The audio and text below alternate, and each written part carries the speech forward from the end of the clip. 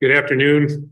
This is Pat O'Connell. I'm calling to order the New Mexico Public Regulation Commission's regular weekly open meeting for May 17th, 2023. So can you start us off with a roll call? Judith? Yes, Commissioner O'Connell, Here. Commissioner Ellison, Present. Commissioner Aguilera. Present. We have a quorum. Okay, so next we'll stand and do the Pledge of Allegiance and state pledge.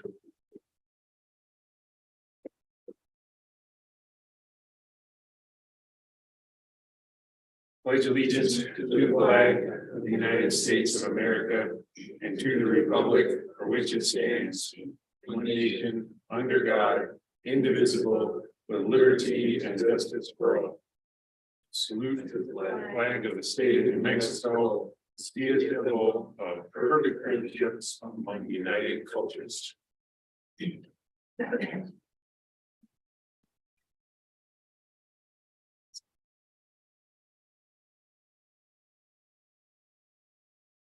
So next we've got a section called announcements, which is a new section on the agenda. It's on here for recognition of a couple things. One is I'll use it to do the recitations from the closed meetings that we've had since the last time we met. And then also if there are emergency changes to the agenda from Office of General Counsel or groups like that, that's your opportunity, Mr. Mueller, to let us know that there's something that we need to consider in addition to what was noticed when we published the agenda.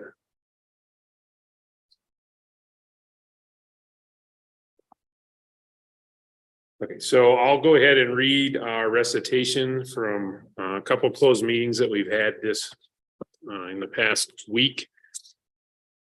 So first, on May 12th, the commission met in executive session, which was closed pursuant to section 10-15-1H3, deliberations by a public body in connection with an administrative adjudicatory proceeding. I affirm for the record that the matters discussed in the closed session were limited only to those specified in the agenda for that meeting, which were deliberations regarding public hearing held in connection with case number 23-00049 UT, the Tiburon Water and Sanitation District Administrative Adjudicatory Proceeding. I further affirm no official action was taken. Then also on May 15th, 2023, the commission met in executive session, which was closed pursuant to section 10-15-1H3, deliberations by a public body in connection with an administrative adjudicatory proceeding. I affirm for the record that the matters discussed in the closed session were limited only to those specified in the agenda for that meeting.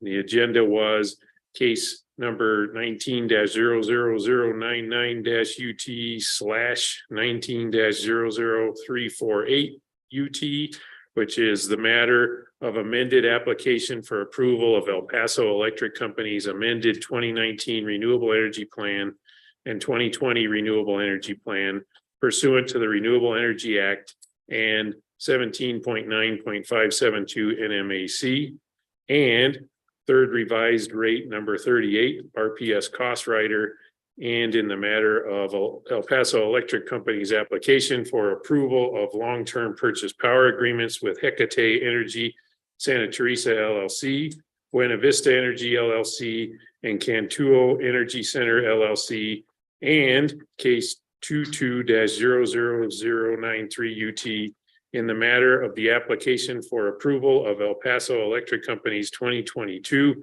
Renewable Energy Act plan pursuant to the Renewable Energy Act and 17.9.572 NMAC, and sixth revised rate number 38 RPS cost rider. I affirm that no further action was taken. So with that, unless Ms. Amer, is there anything to report from Office of General Counsel? Mr. Chair, I'm going to ask Hans if he has any changes to the agenda. Hans, do you have any changes to the agenda?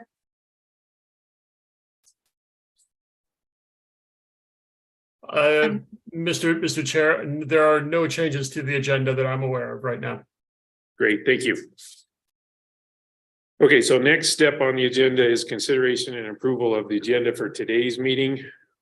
I've got one request so far, which is to move the presentation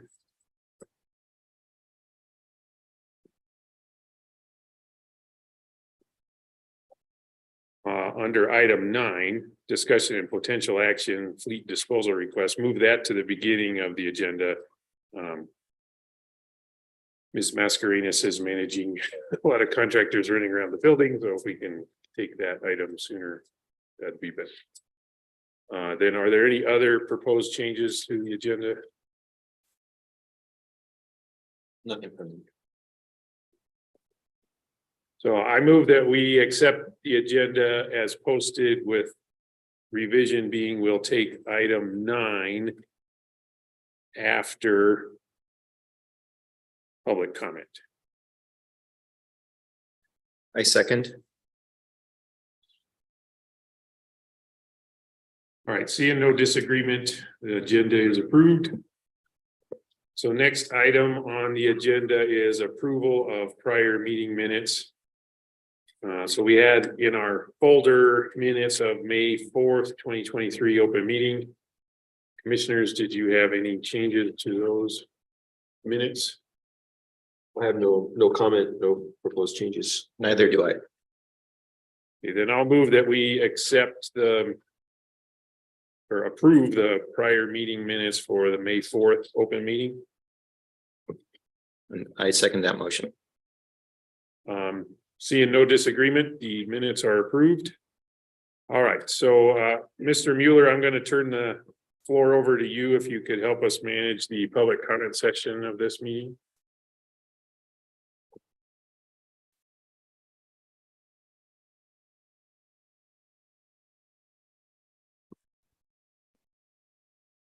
Hans, is there any public comment? Oops, sorry about that. We do have, I believe there is one individual who is in person today, Jim Desjardins, and we have one person who has signed up to give Zoom comments. Yeah, great. Mr. Desjardins here, so we'll go ahead and let him go first. If you want to do it from there, we need to give you a mic or. And just remember to push the button to make it green. Sure. Thank you.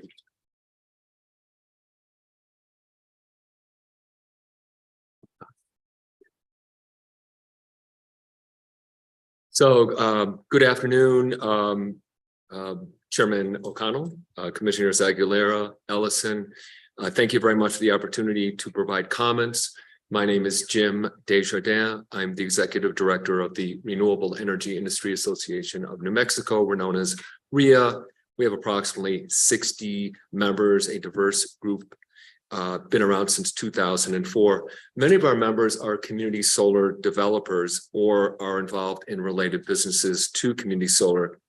We're very excited about the future of community solar, especially as an alternative way for low-income members to get energy, get renewable energy.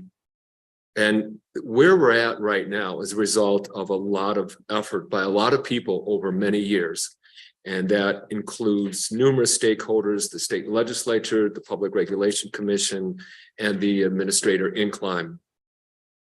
However, recent delays in the awarding of the projects and the subsequent uncertainty is creating undue hardship on developers, companies, organizations, and all the stakeholders. Some of these items are land lease agreements that have a specific duration and time, coordination of labor, equipment, and supplies, subscriber organizations, particularly those for lower income, and financial arrangements. And we all know interest rates are headed upwards. To ensure the success of the initial phase of community solar, we are asking the commission to make the issuance of project awards the highest priority. And we are here to offer our assistance in any way that we can. Thank you very much. Thank you for that comment. Mr. Mueller, if you could recognize and get our Zoom commenter on board. I will, thank you. And I do see that she is logged in.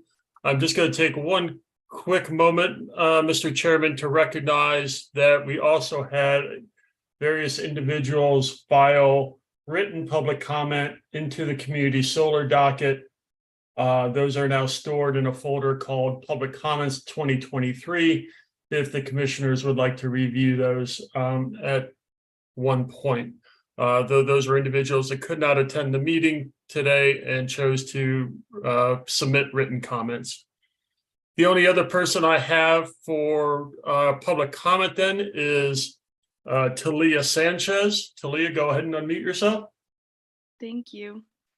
Hi, my name is Talia, and I'm speaking out today in support of the PNM Avangrid merger. This merger is necessary to transition smoothly to renewable energy. People like Muriel Nanasazi, who stand to benefit from the merger not happening, continue to spread lies and false information about the merger. These lies only stand to hurt our state's future economy and energy.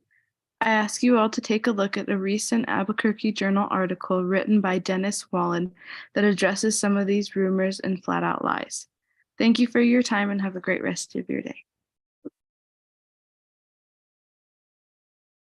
Yeah, thank you. And then also thank you, Mr. Mueller, for pointing out the written public comments. I'll look at those after this meeting. Okay, so with our revised agenda, next up is Ms. Mascarenas to talk about fleet disposal.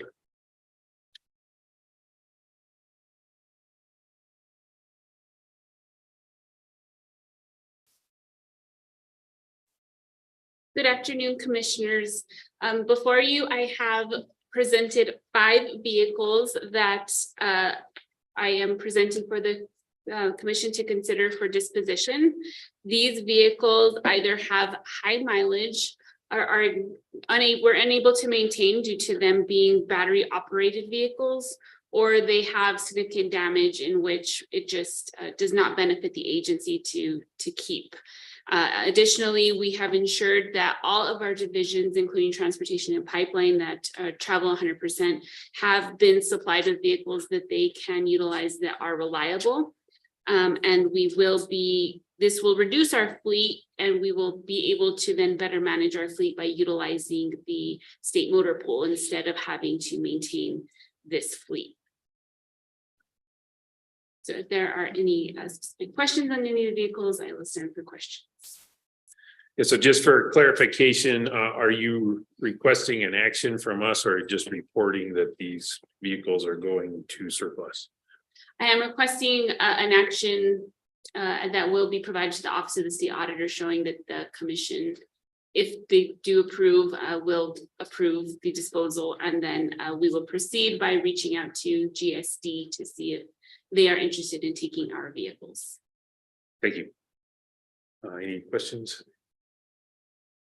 How many vehicles would remain in our pool after the disposition of these? We would still have approximately 20 vehicles still in our fleet.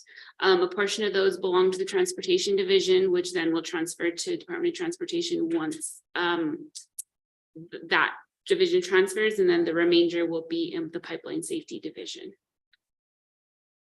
So these are the only unallocated vehicles, is that correct? All the rest of the vehicles are in pipeline or transportation? Mr. Chair, Commissioner, that is correct. These vehicles are currently sitting in a lot not being utilized.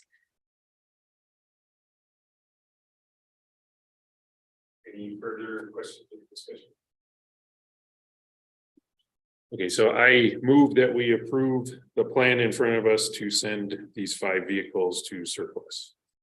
I second. Commissioner O'Connell, Aye. Commissioner Aguilera, Aye. Commissioner Ellison. Aye. The motion passes 3-0. Thank you for your presentation today.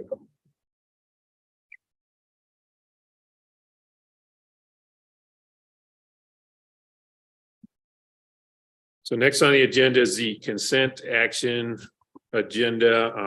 I'll go ahead and ask Ms. Amer to read the captions. This is an open question for me, whether we actually have to go through that step or not. Also, maybe we could just do like the docket number and the company name. Just an idea. Yeah, that's a good suggestion. Could you just give us the docket number and the company name, and then because the court reporter can pick up the captions off of the agenda and it will be in the minutes correctly. Yes, Mr. Chair, two of the.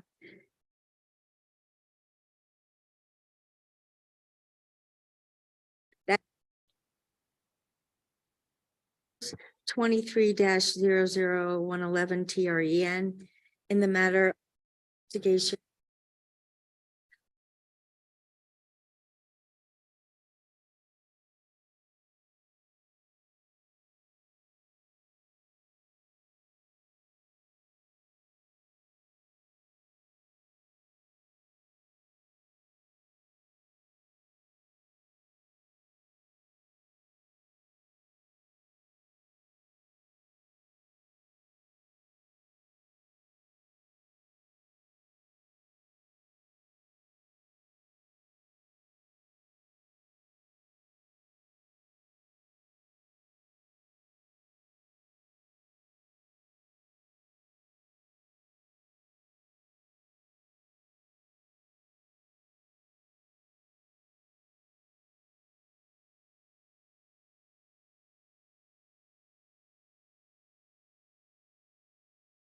Judy, sorry to interrupt. We have lost audio to the hearing room, and I'm getting other people on chat indicating there is no audio coming from hearing room right now.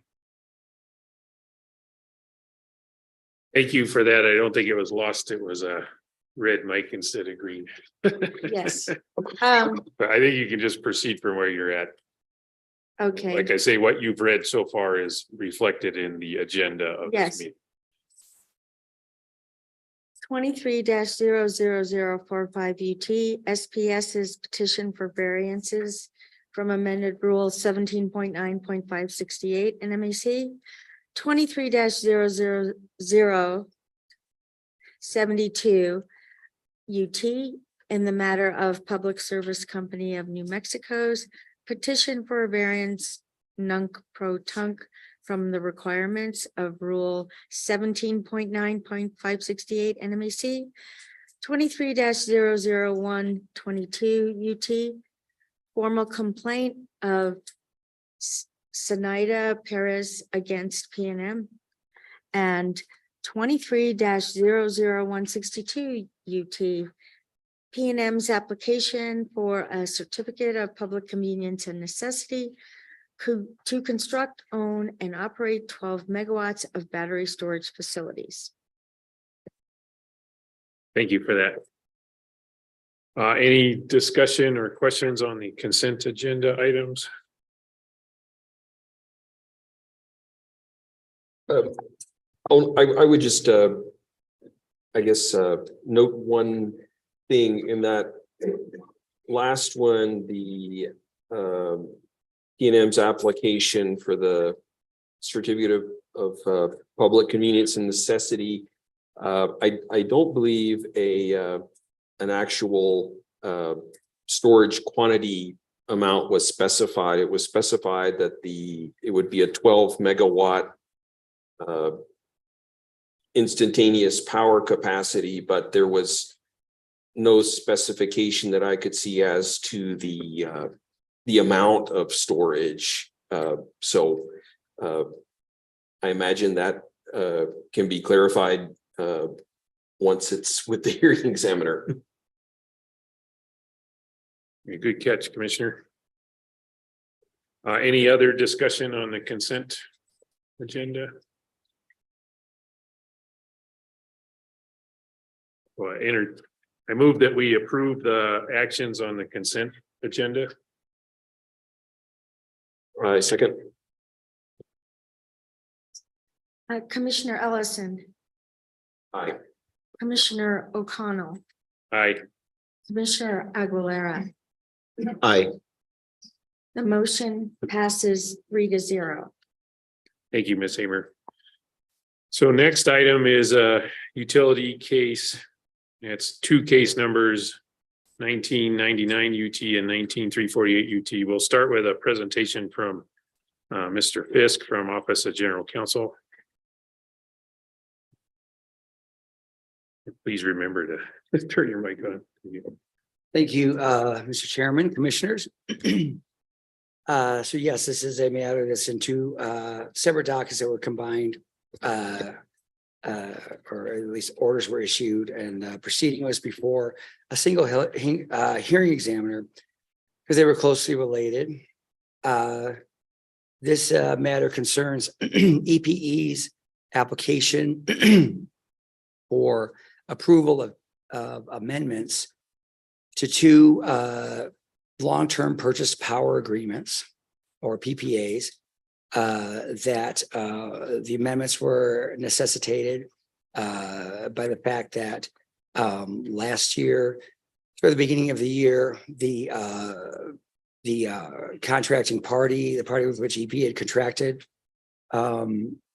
NextEra, actually LLCs that were operated by NextEra, to provide solar energy pursuant to these PPAs, announced a default, a repudiation on each of the PPAs, and cited supply chain issues. There was the global supply chain problem, but there was also a special supply chain issue with regard to the solar panels that NextEra was using, which came from Southeast Asia. I don't know which country, they just mentioned Southeast Asia. And this company was having some problem, was being investigated by, I believe, the US Customs Service. So the global supply chain problem and also a particular supply problem. And those were the reasons given by NextEra for repudiating those two PPAs. These are the PPAs for Buena Vista Energy, the PPA number 1 and the PPA number 2. And those are the ones that are at issue here. EP went ahead and renegotiated with NextEra, renegotiated amended PPAs with somewhat higher prices. I believe in both instances, the prices are the megawatt per hour. The per megawatt hour prices went up $3.50. Energy prices, or solar energy prices were rising at the time. And that's what these amended PPAs are what the commission is asked to approve or disapprove in this proceeding. So I'm not going to go to great detail about the RD. The RD recommended that the commission approve the amendments, but it was only a sort of partial approval, which I'll get into when we get into the first exception, because the RD recommended that the commission put off the decision on whether these PPAs meet the respective cost standards that would apply to each one. So it was recommended sort of partial approval. I'm going to go ahead and get into the exceptions because they do go right to the heart of this issue. EPE filed only one exception to the RD. And EPE took exception to finding of fact number 16, which is particularly the part that said EPE did not establish that the new price is necessarily the lowest reasonable cost contemplated by Rule 551. That's the commission's rule for approval of long-term PPAs. And this is part of that recommendation that there be further proceedings. EPE argued in the exceptions that the undisputed evidence establishes that the prices that EPE agreed to for both amendments are the lowest reasonable costs as required by Rule 51. EPA states that the rule requires utility to establish that long-term PPA is consistent with the provision of safe and reliable electric utility service at the lowest reasonable cost, considering both short and long-term costs and all other relevant factors. I'm not going to read every line. I just read that one because that's exactly how the particular standard is phrased under Rule 551.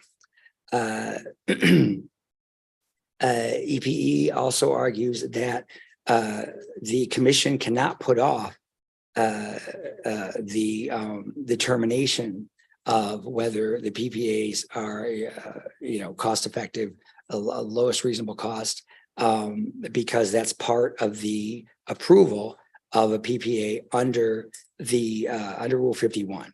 So the commission can't approve a PPA, but leave that part off, which is a critical part of the approval for a future date. Let's see.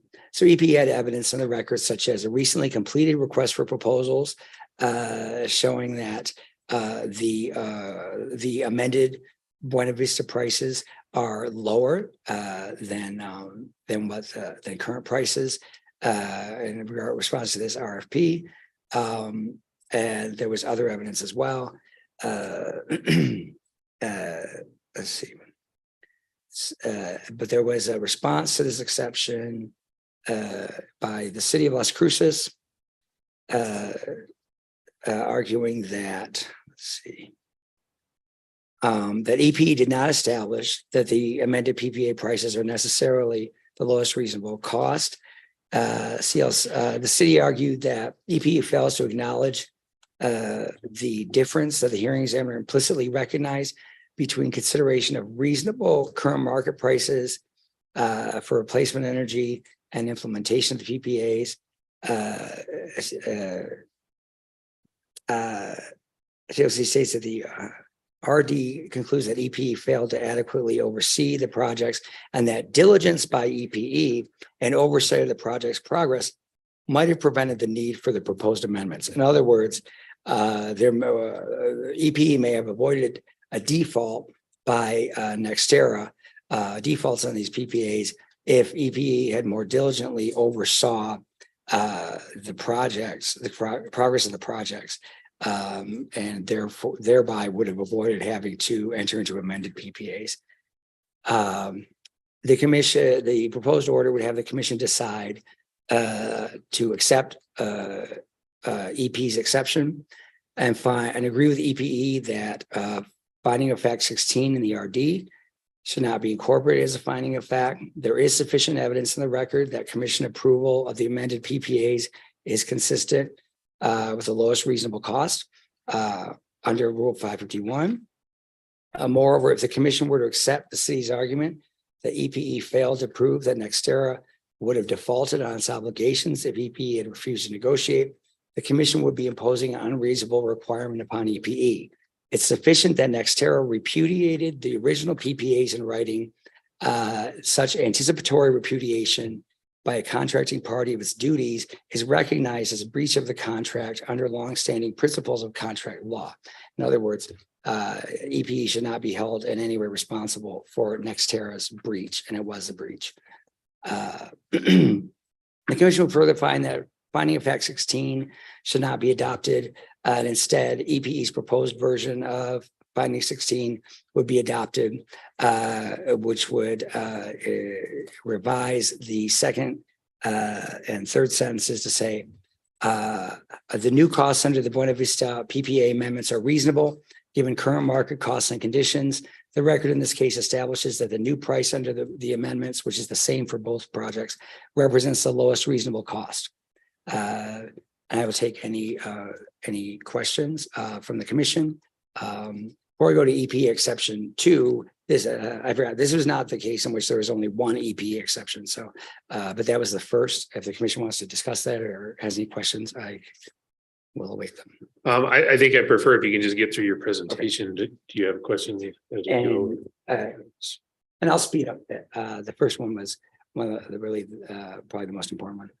EP's exception number 2 takes exception to the RD for purporting to approve the amendments while at the same time withholding cost recovery for a future proceeding. And the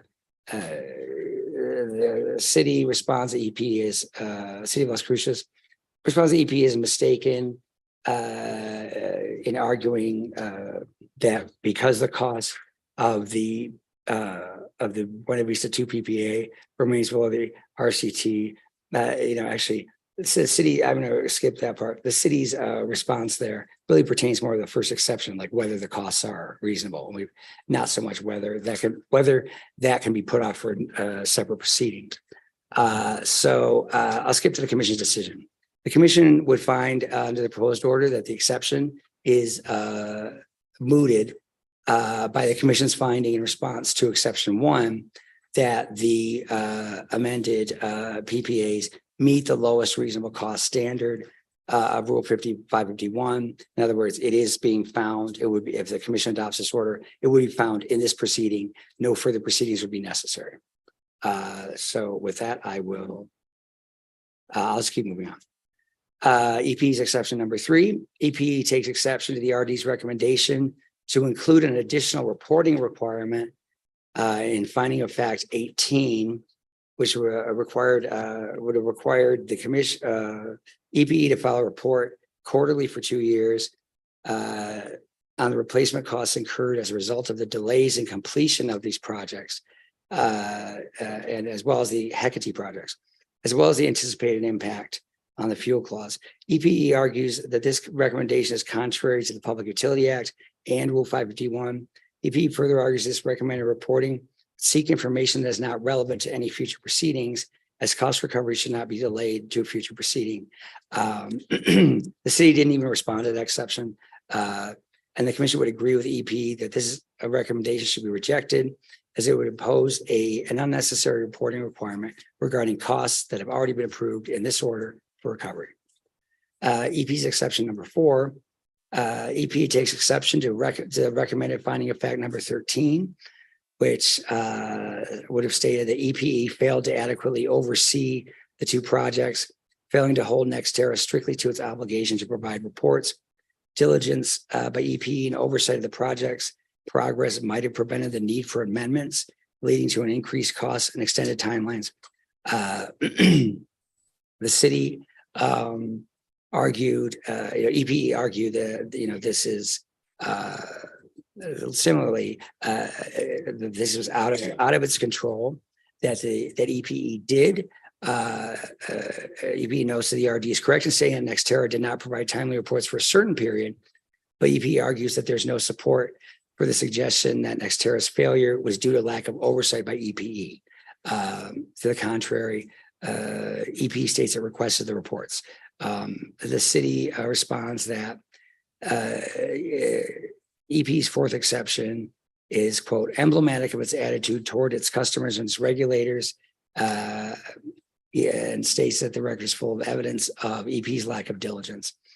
The proposed order of the commission agree with EPE that the need for the amended PPAs did not arise from EP's lack of diligence in overseeing the progress, but from NextEra's decisions to repudiate the original PPAs in light of the global supply chain crisis and the specific supply issues concerning solar plant panels that NextEra had been planning to use. So the commission would be adopting the recommendation to not adopt a finding of fact 13. Okay, now we're on to the city of Las Cruces' exceptions. The city's first exception is that it takes exception to the RD for its alleged failure to establish clear standards for approval of PPA amendments, and notes that the RD fails to systematically apply all of the requirements of each rule and relevant statute to the PPA amendments to which those rules and statutes apply. City further argues that the RD neglects to explore, quote, the deeper issues behind the proposed amendments, despite noting the Attorney General's persuasive argument that failure by the commission to send a deterrent signal could incentivize renewable energy developers to seek unwarranted price increases by threatening to walk away from projects to which they're committed. EPE's in response, EPE contends that the linchpin for each of the city's exceptions is finding number 16 in the RD, that the record lacks evidence to establish that the amendments represent the lowest reasonable cost resources. EPE further argues that if the commission sustains EPE's exception number 1 and corrects finding number 16, which is something that the proposed order would do, then all 3 exceptions are rendered immaterial. The proposer would state that the commission agrees with EP's reasoning, but it would go beyond that to address these issues more fully. The proposed order would state that having found that the amended PPAs do meet the lowest reasonable cost standard, the commission has protected ratepayers from excessive costs. The record shows that the increased prices of the amended PPAs are lower than prevailing prices for similar solar resources available now. And I'm going to read this paragraph, the next one, just because it really gets to the heart of this issue. It's unfortunate that solar energy prices have risen since the time that the original PPAs were approved. And ratepayers would clearly have benefited more from full performance by NextEra under the original PPAs than they did from NextEra's choice to repudiate and renegotiate. However, the commission does not regulate NextEra, and the commission does not enforce contracts as against unregulated persons and entities. Moreover, though NextEra's repudiation of the original PPAs was NextEra's decision, the decision was taken during an unusual global supply crisis and during a time when NextEra's particular supplier was facing potential legal action by U.S. authorities. So moving on to city's exception number 2. The city takes exception to the RD's recommendation that EPE be required to file quarterly reports for 2 years on replacement costs. This is something that EPE also took exception to. The city notes EPE recently filed its quadrennial fuel clause continuation application. City contends that matter, which has yet to be set for hearing, should be the venue for examining the increased price for the Buena Vista PPAs. EP responds that the subsequent proceeding proposed by the city is contrary to law. So that's already been dealt with. The city had supported the RD's recommendation for a subsequent proceeding. And this is why the city did not object to EP's exception to the additional reporting requirements. The city agrees that those should not have been included, and the city had its own exception. So this kind of repeats that. The commission would here agree with EPE that the reasonable cost of the amended PPAs must be determined in this order. Again, some of the argument of these exceptions mix together various issues like the additional proceeding, additional reporting, and whether the costs had been determined. So if it gets a little confusing, that's why. But all those findings are made here. Moving on to city exception number 3. The city takes exception to the RD insofar as it allegedly contains many statements of fact that, if interpreted as the commission's findings and conclusions, are likely to preclude staff, interveners, and the commission itself from conducting the recommended future reviews of increased prices and replacement costs. It's a very vague exception. I sent all 3 of the commissioners today track change revisions as per Commissioner O'Connell, Chairman O'Connell. And he'd asked me to identify what the statements at issue were. The city only identifies a portion of the statements at issue. They say there are more, but they don't identify them. But they identify a portion of them as, quote, particularly, but not only, the discussion that precedes the finding of facts and conclusions of law, as including numerous statements that are unclear as to whether the commission is reaching a finding or conclusion after weighing the evidence in the law, or is reciting the position of one or more witnesses or parties. The city urges the commission to adopt a blanket ruling to the effect that none of the statements of fact within the RD shall be binding or preclusive in the planned future review proceedings. That's what it says. So city recommends that the blanket ruling indicate that where a conflict or potential conflict exists between statements in the body of the RD and numbered findings of fact and conclusions of law, the findings of fact and conclusions of law shall be given greater weight. EP responds that the RD contains a discussion and analysis of the evidence presented over the course of the hearing in this matter, and that by and large, that discussion and analysis supports EP's position in this case, including EP's exception. EP says that the city, in essence, invites the commission to elevate unsupported findings about the actual evidence in the case. This proposed order would have the commission agree with EPE.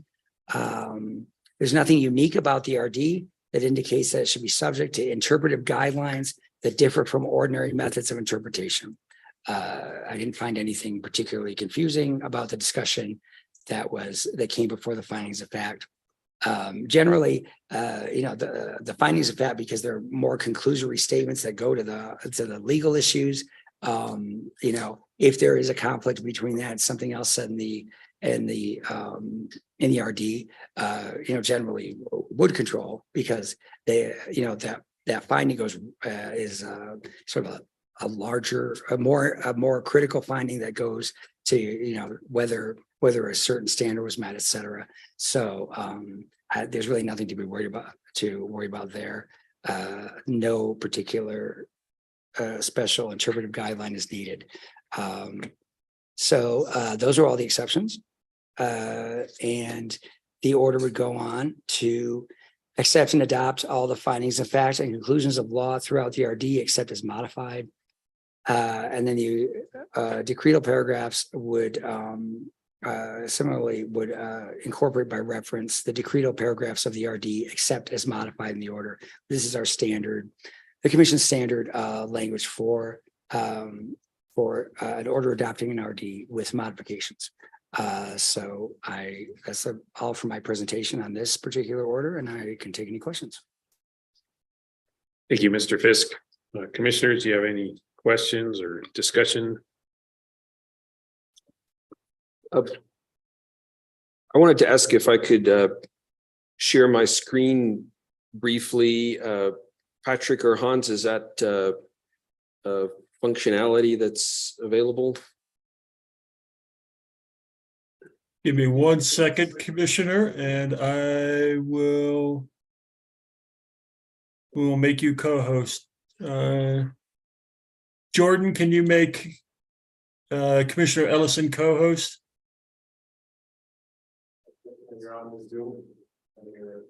Yes, I am.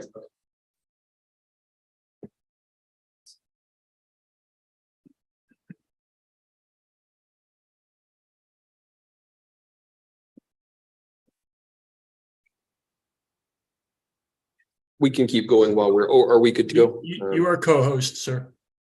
You should be able to share your screen.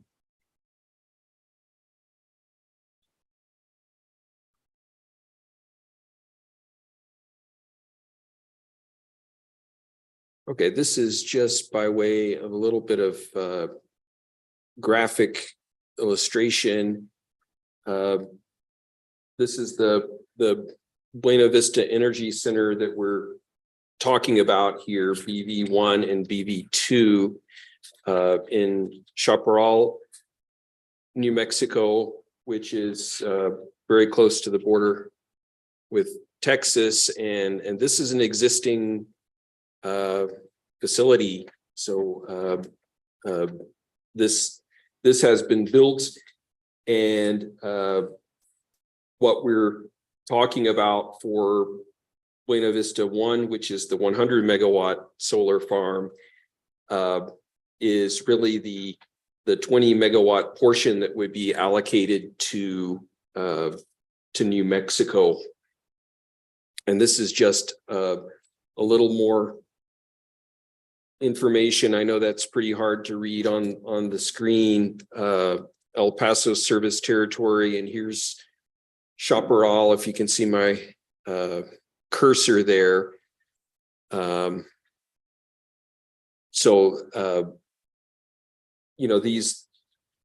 This is the area that we're really talking about.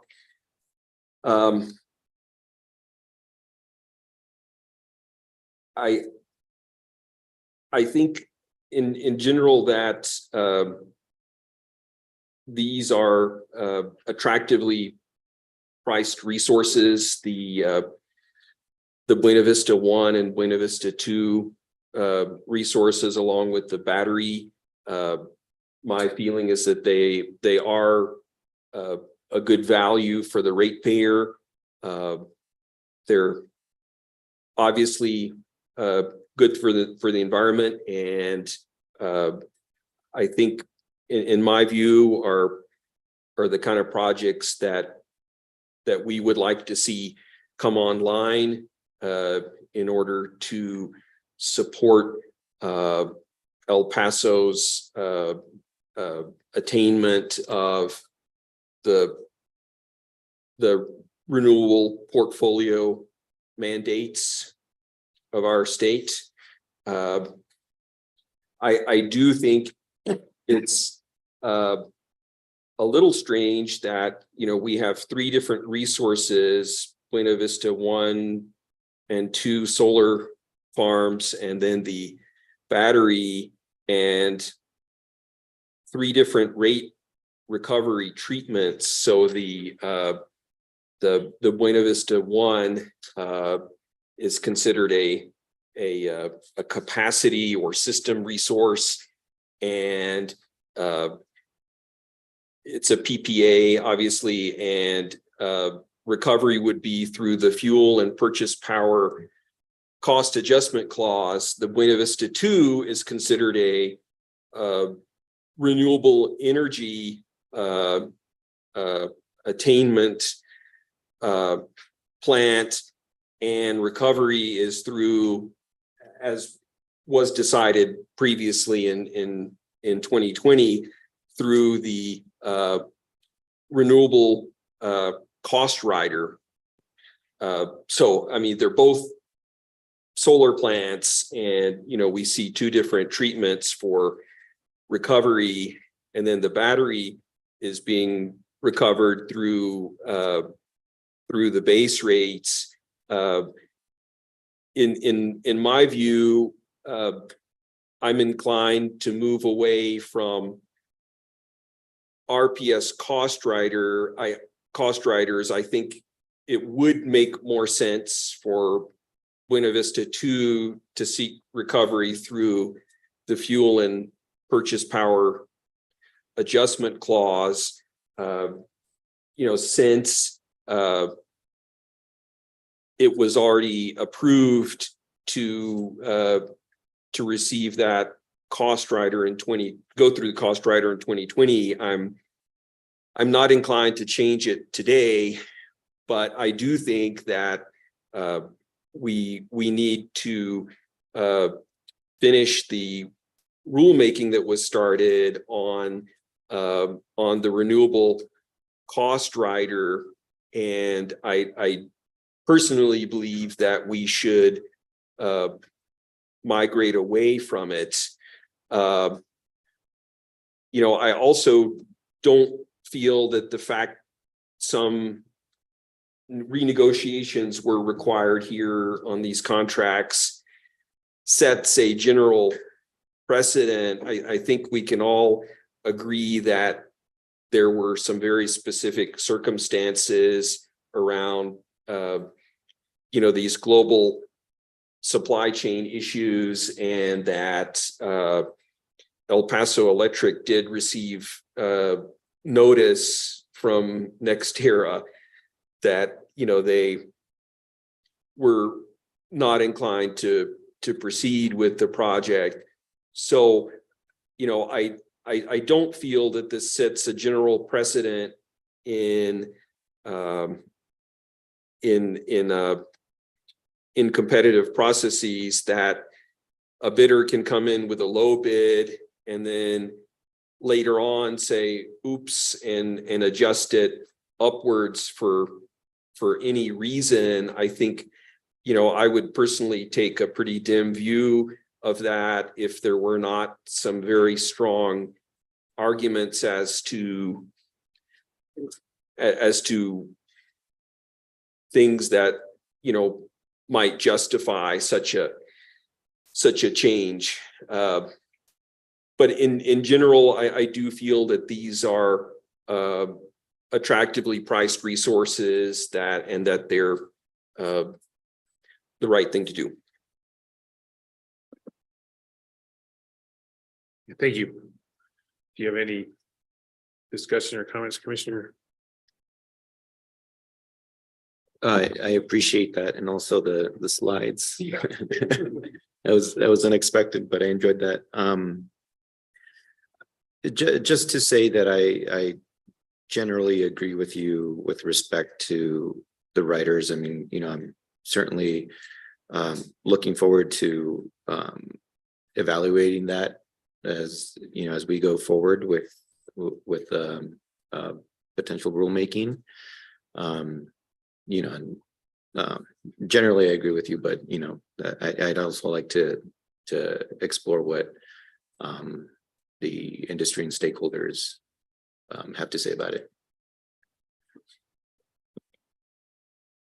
Yeah, thanks. So I thought I'd just try to summarize what I think this order does. And if you have comments and think it does something different, I'd love to hear it before we vote. But broadly, we're approving the amendments to the PPAs, and that approval includes approving the price. And then after that, the cost recovery, as Commissioner Ellison pointed out, was determined in previous cases. So while we're approving amendments and sometimes the amendment comes with a new price, we're not changing how the cost recovery for these resources go in this case today. So as eloquently pointed out, there's 3 different venues for that. And just to amplify what I heard from Commissioner Aguilera, I agree with your premise here, Commissioner Ellison, that as we get to renewable energy being 40% of your energy mix, it seems odd to recover that in the rider. So I also look forward to figuring out how to deal with that as we move forward. And then there was quite a bit in the record of this case and in the exceptions about angst, I guess I'll use that word, around PPAs. So just observation is, the commission doesn't regulate the companies that provide these resources. The commission approves the projects. It's the utility's responsibility to provide power to its customers, and the utilities negotiate these contracts with the providers. One of the things the events of the last few years have highlighted is that maybe there are better practices that need to be used by utilities when they are contracting for these resources. I mean, I've heard just conversations over the years, people describe these power supply agreements as put options by the developer. And so we've seen that kind of happen here as things got expensive, they got difficult. And so in several instances, not just in this case, developers have just walked from the contracts that they have provided. So for me, that's an open question, is when these contracts get negotiated, do the utilities need to put themselves in the shoes of their customers and negotiate contracts that require developers to actually perform, or have teeth in the contracts that allow them some recourse if the developer is failing? Having said that, I also know if you negotiate those tougher provisions, it's probably going to come with a price increase. So that's the balance that gets struck. The balance that was struck before the pandemic clearly did not protect the customers in this case. Something else that I saw in the record of this case was a desire to have a link between the price that the developer is charging and their actual cost to build the contract or the project. So if you go and look, even in this case, the PPAs themselves have quite a few things redacted out of them. And that's just the contract between the developer and the utility. A much more closely held secret is what does the project actually cost? I've never seen in a proceeding at a utility where you get to that information. If you really want to see what a project actually costs, the utility has to build it, because that's who we regulate. And that's where we can do the drill down to get to that basic fundamental information. So I'm talking about PPAs because that's what gets negotiated and approved in the first place. So we don't have a link between price. and cost when we negotiate the PPA. Pandemic and supply chain disruption showed that the contracts that got negotiated maybe could have been better. This case showed maybe the utility could have superintended those contracts more aggressively or along the way. Would that have prevented us getting to where we're at? I kind of doubt it, because if you look at it, it's not unique to this company. It happened across the whole industry, but those are all valid criticisms that I hear when I'm reading through this record. But what persuaded me that these amendments are and should be approved is, first of all, I can't impose something on an amendment that I didn't impose on the initial contract, I don't believe. And then second, just persuaded by the evidence that the terms of these amendments are reasonable if you compare to what's going on in the market right now. So there was a comparison to other contracts that were being signed at the same time.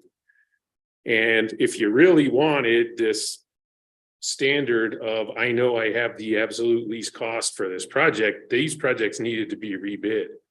But what the record shows is that the parties to this case agreed that a delay in the commercial operation date for these projects was worse than accepting projects that were reasonable looking at the current market conditions. So sharing that just to give some insight into how I think we got to this recommended decision that we're looking at. And I also wanted to say all that out loud to make sure my fellow commissioners heard the way I was reading this. If you're reading it a different way, I would love to hear it.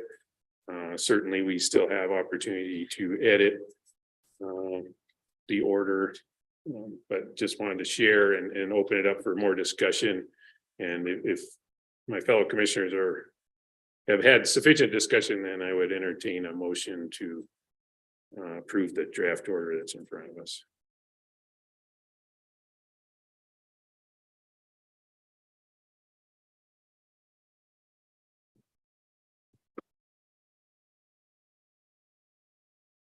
Okay, so I'm not seeing any more discussion. It's funny, one of the criticisms of the three of us is we're too nice to each other, but I'll live with that criticism. Actually, I just want to make one clarification, or ask for a clarification.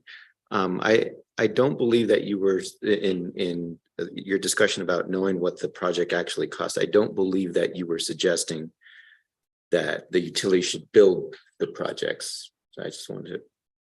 No, that's right. And that's a great thing to clarify. I'm not saying that utility ownership should be preferred over this model, because in general, utility ownership is going to be more expensive. Yeah, that we would lose the element of competition and Yes. lower rate. Yeah, it has been established right now that developers can develop these projects faster and cheaper than utilities can. Utilities are free to compete in that and deliver. What I was saying is my access to books and records are the utilities, not the developer of the solar project. Yeah, well, I appreciate your explanation. You know, it does resonate with me and probably with all of us. I mean, these solar projects weren't the only things that sort of face these cost increases, right? We see it everywhere. So I think I agree with you. I think overall, this is a reasonable result.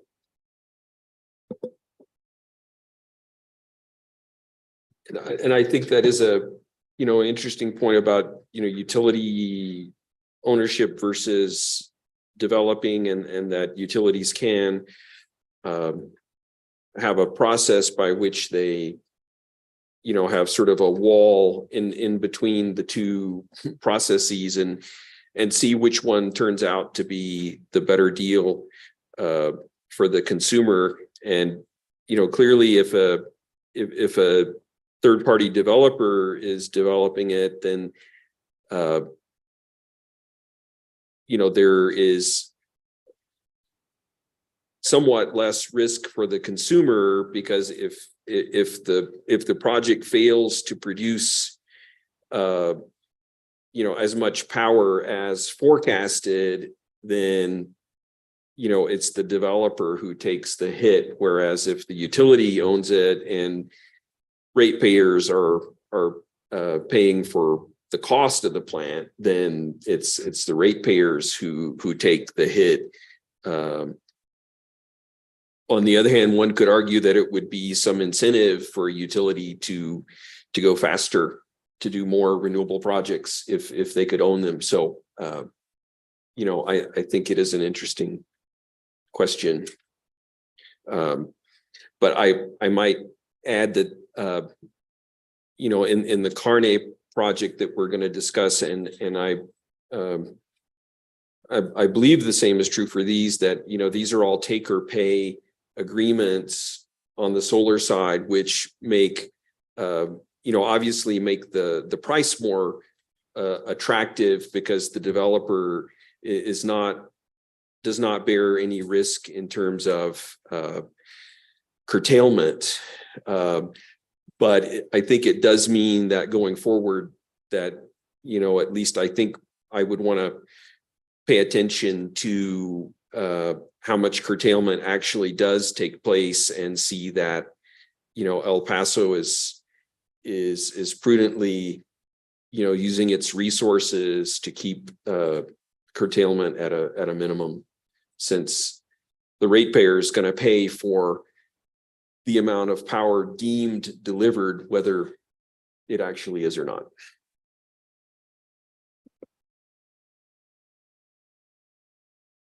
Yeah, thank you for that discussion. Any more questions for Mr. Fisk on this? Seeing no more discussion, no more questions, I'll move that we approve the order in front of us in this case. I second the motion. Mr. Chairman, may I have a clarification? Yes, Is this the version of the order that includes, Mr. Chairman, your minor revisions to paragraphs 43 and 44? That is the one I read from just now. As opposed to the version that I sent before. These are minor revisions, and I did read one of them when presenting the order today. So I'm presuming that the motion is to approve. yeah, good clarification that this has been subject to discussion Monday night, and lots of revisions since then. So yeah, I was assuming we were be voting on the order you described in your presentation, which included the most recent revisions.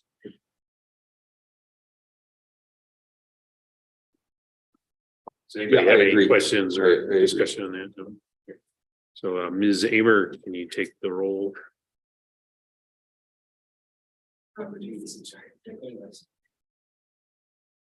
Commissioner Aguilera, Aye. Commissioner O'Connell, Aye, Commissioner Ellison. Aye. thank you. The order passes 3-0. Yeah, thank you for that. And then next item is another El Paso case, presentation from Mr. Fisk.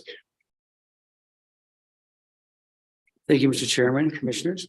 Let me get this in front of me.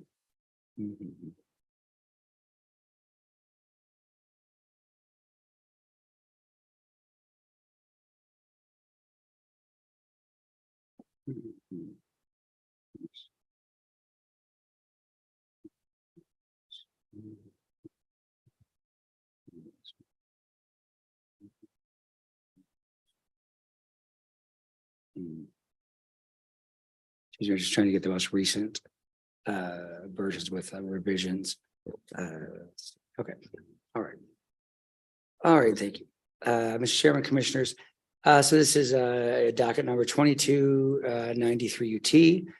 A matter that's related to the matter that the commission just decided. This is the application for approval of EPE's 2022 Renewable Energy Act plan.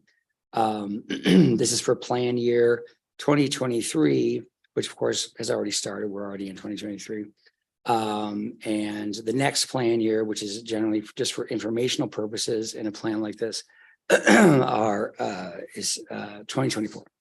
And then there's also included in the plan the previous year's annual report for 2021. And that's generally the structure of a Renewable Energy Act plan. So the renewable plan assumes the approval of the two amended PPAs that the commission just approved. So it's the plan is consistent with that approval. And the plan would also have the commission approve a large procurement of solar energy to be effective in 2025. Also has battery storage related. That's the Carney project. But I think I'll just get into the exceptions because the exceptions get into the details of the plan. So I'm just going to go ahead and do that. Okay. So EPE, this is the case in which EPE filed one exception.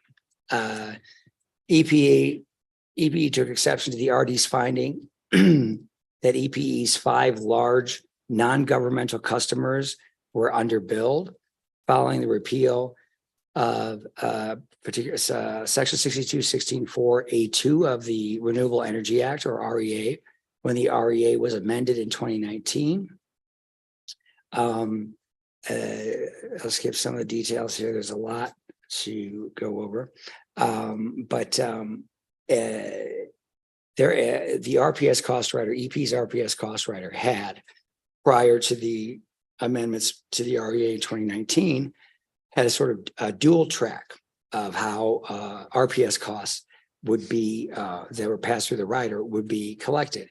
One was the general rate for essentially all customers, except for the special rate, which applied to certain large customers because there was a 2% cap on the costs that would be run through the rider to the large customers, the 5 large customers. And that was something that was pursuant to the law prior to 2019, but it continued after 2019 when that was no longer the law, when there was no cap in place. EPE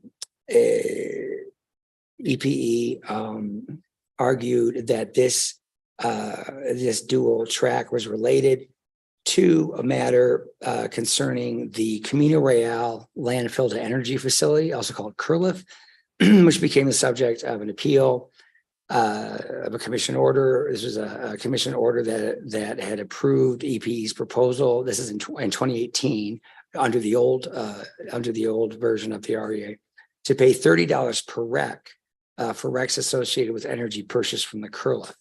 That was appealed by the city.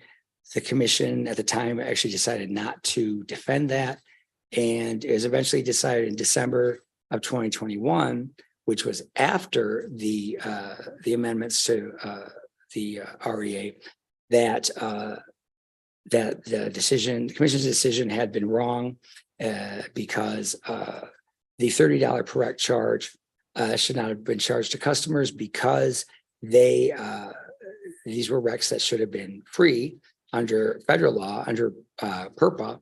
The recs associated with the production of energy should not have had any extra charge over and above the energy charge. And also the court found, this is the New Mexico Supreme Court, found in that case that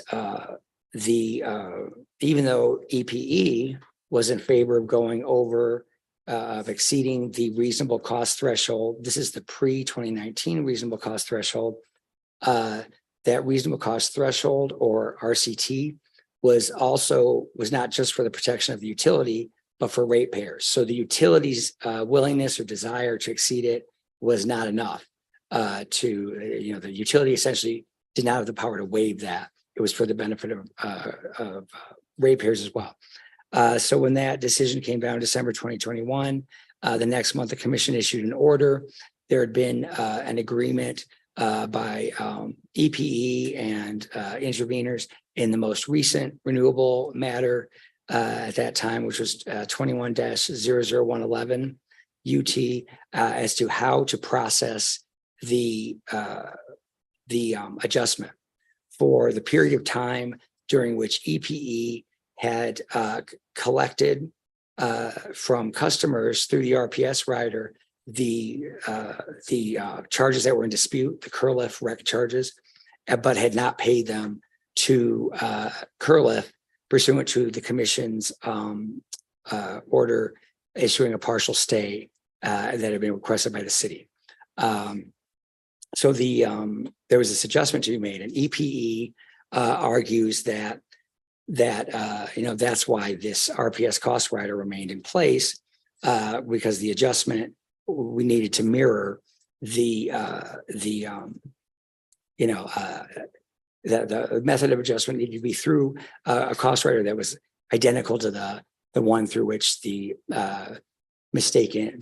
costs that had been overturned had run.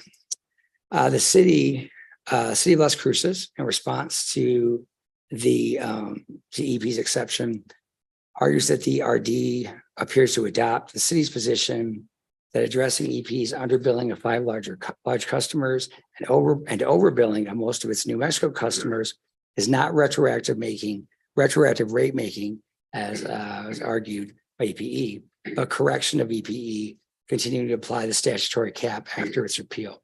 The city made a lot of other arguments, but because the discussion of the commission's decision adopts a lot of the arguments made by the city, I won't they're not also reiterated there. So the proposed order would have the commission reject EPE's exception.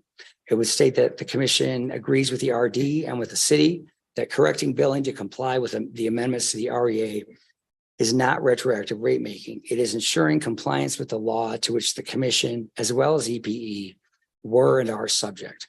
Moreover, to the extent that the tariff for the RPS cost rider reflecting the pre-amendment provisions of the REA remained in place during a time period when the provisions were no longer in the statute, the tariff was contrary to applicable law.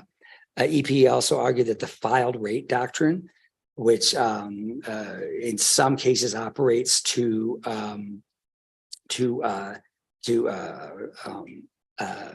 deny or dismiss objections made by ratepayers to the fairness of a particular rate, does not apply here. EP had argued that it does. The commission would find that the filed rate doctrine does not prevent the commission from correcting for underbilling and overbilling pursuant to an unlawful tariff. The filed rate doctrine does not transform an unlawful tariff into a lawful tariff just because it's filed. Policy behind the filed rate doctrine is to prevent price discrimination. That is, if a complaint is brought by a particular ratepayer and they get relief that other ratepayers don't, and to preserve the role of agencies in improving rates and to keep courts out of the rate making process. The commission, recognizing that a tariff provision remained in effect after it became unlawful, is not prevented by the filed rate doctrine from correcting the error. The order would also say that the commission accepts EPE's explanation regarding the Curliff adjustments because to the extent that the amounts to be returned were collected through the dual track version of the RPS cost rider, those amounts should be returned through the same mechanisms to ensure full and fair recovery by ratepayers. And it says perhaps this is why the tariff remained in place after becoming otherwise unlawful. However, this reasoning does not apply to other RPS compliance costs recovered in the years following the effective date of the amendments to the REA. So in other words, yes, that one adjustment should go through the dual track, but there still needs to be an adjustment for the fact that any post-2019 cost recovery should not have been subject to the dual track. The commission would also reject EPE's argument that the period of correction should be limited to 12 months pursuant to the commission's rules for billing adjustments. But the commission would state in this order, the commission's rules cannot override a statutory provision. And generally, that 12-month billing limitation is placed when they're on corrections to an error in billing. And this is, a tariff that was in place that should not have been in place. and that's EP's only exception. I'll move on to the city's first exception. The city took exception to the reduced time for filing exceptions in this matter from 13 days under the commission's rule to 3 days.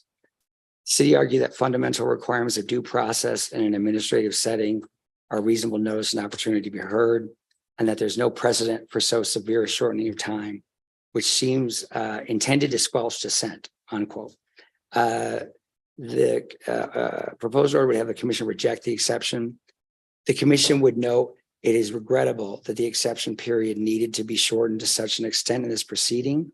This is a function of the REA's 180-day maximum limit for the commission to issue a final order in an REA plan matter. The commission notes that the motion for rehearing procedure is available to the parties after the issuance of this order. It is not a substitute for the exceptions procedure, but it does provide an additional avenue for arguments to be made. Moving on to city exception number 2. The city takes exception to the RD for failing to comply with the commission order in case number 19349 UT. I believe that may have been a fuel clause case, or is it the IRP? I'm sorry. Yes. The city argues that the final order required EPE, and the final order in that case required EPE to provide a comprehensive plan showing how it will comply with the renewable energy and zero carbon energy requirements of the REA in its next resource acquisition filing. EPE failed to do so in this case. City further argues that EPE has failed to show how it will integrate a project that will provide 22% of EPE's New Mexico jurisdiction's current needs and 27% of the New Mexico jurisdiction's current peak capacity needs into a system reliability without duplicative and excessive charges. The city's referring to the Kearney project there. EPE responds that the city's argument is entirely unsupported and inconsistent with EPE's filings to the commission. EPE contends that in 2021, EPE presented its IRP to the commission pursuant to commission's rule.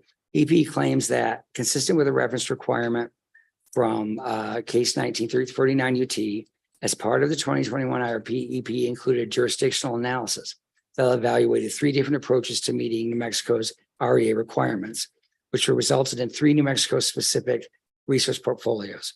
EPE states that its 2021 IRP also included a recommended portfolio, and that EPE explained that it would pursue this portfolio, which will allow EPE to satisfy its New Mexico RPS requirements and meet demand. EPE concludes the commission accepted that IRP in case number 21242, thus fulfilling EPE's obligation from case number 19349 UT. So that IRP wasn't a resource acquisition case, but it's that fulfilled that requirement of the final order 19349 was fulfilled in the IRP case. So the commission will reject, and this order would reject the city's exception, stating EPE has provided a satisfactory explanation. And it would go on to say, to the extent that not every issue noted by CLC has been addressed in this proceeding, the commission notes that the commission and the parties to this matter are compelled by the REA to complete this matter in a 100-day, 80-day maximum period. Just to note that there's barely enough time to consider all of the issues in this in the plan as it was. That's assuming that that the city is right about a few issues being left out. City's exception number 3 would take exception to the RD's alleged failure to address the arguments raised by the city and by Mayor Lee Souls, who's another party to the case. The Kearney project was selected by EPE primarily as a capacity resource that would provide 10 times the renewable energy that EPE needs to satisfy, quote, the 40% RPS that takes effect in 2040. The city further argues that by applying only the Renewable Energy Act, the RD abdicates the commission's broadest powers and duties to regulate utilities to the end that adequate utility service is provided at reasonable rates without unnecessary duplication or economic waste. EPE responds that the city's suggestion that the commission cannot consider the Kearney project in this proceeding because the procurement will also meet capacity needs misunderstands EPE's dual obligations to meet capacity needs and satisfy RPS requirements. This order would have the commission reject this exception. And I'm going to read a little bit of the language because it really goes to the heart of the issues that Commissioner Ellison was talking about just into the discussion of the previous case. Far from abdicating its responsibilities, the commission recognizes that its duties and powers arise from the statutes that establish the commission and that delegate authority and responsibility to it. The city assumes that faced with two standards that might be applicable to a PPA approval, one in Commission Rule 551, adopted pursuant to the Public Utility Act, and one in the amended REA, the commission's responsibility is to apply the more stringent standard in Rule 551. The city fails to realize that the less stringent standard for cost recovery under the REA, quote, the reasonable costs of complying with the renewable portfolio standard, serves a policy goal of the legislature to encourage and enable compliance with the RPS. Moreover, as the commission and the utilities approach the 40% RPS, the need for resource procurements for capacity converges with the need for resource procurements for RPS compliance. The commission notes that the 40% RPS is effective in 2025, not 2040, as stated by the city. In 2040, the RPS rises to 80%. Okay, moving on to exception number 4. City takes exception to the RD, arguing that it unreasonably interprets the REA as allowing or possibly even requiring approval of EPE's acquisition of amounts of renewable energy vastly in excess of the RPS, simply because EPE claims that the cost of the resource is below the RCT, reasonable cost threshold. EPE counters that the commission should reject this exception along with whole 3 through 7, because the exceptions are all related to the RD's recommendation to approve the Kearney project. And these exceptions take issue with the RD's finding of authority to review the Kearney project as a procurement for new renewable energy under the REA. So this is related to this, the approval of Kearney project under the standards of the REA versus as a quote unquote capacity resource under Rule 551. EPE contends that these exceptions largely recycle the city's arguments that the Kearney project is primarily a capacity resource and exceeds the minimum renewable energy EPE needs to meet immediate RPS requirements, and therefore should be evaluated as separate proceeding under Commission Rule 551. So this exception is related to the earlier one, the one I just discussed. The commission would reject this exception under this proposed rule order, saying the commission agrees with EPE that the commission is not so limited by the REA as the city contends. The city's argument that a resource that serves a capacity need cannot also be considered as a resource for meeting RPS requirements is not supported by any provision in the Public Utility Act or the REA. It is, if anything, contrary to the RPS requirement in the REA to reject a resource procurement that will allow utility to meet RPS requirements in the future on the grounds that the resource will also serve other important needs of the utility. Exception number 5. Okay, we're halfway through the city's exceptions. The city takes exception to the RD, arguing that it dismisses the city's estimates of the effects of round-trip energy losses and solar curtailments on the RCT of the Kearney project, because Rule 572 does not explicitly require that they be factored into the RCT calculation. That's what the RD found. The city argues that, quote, this is unreasonable in light of the statutory definition of RCT as the average annual levelized cost at the point of interconnection, as contrary to the evidence in the record, including concessions by EPE. EPE counters that the RD correctly concludes that I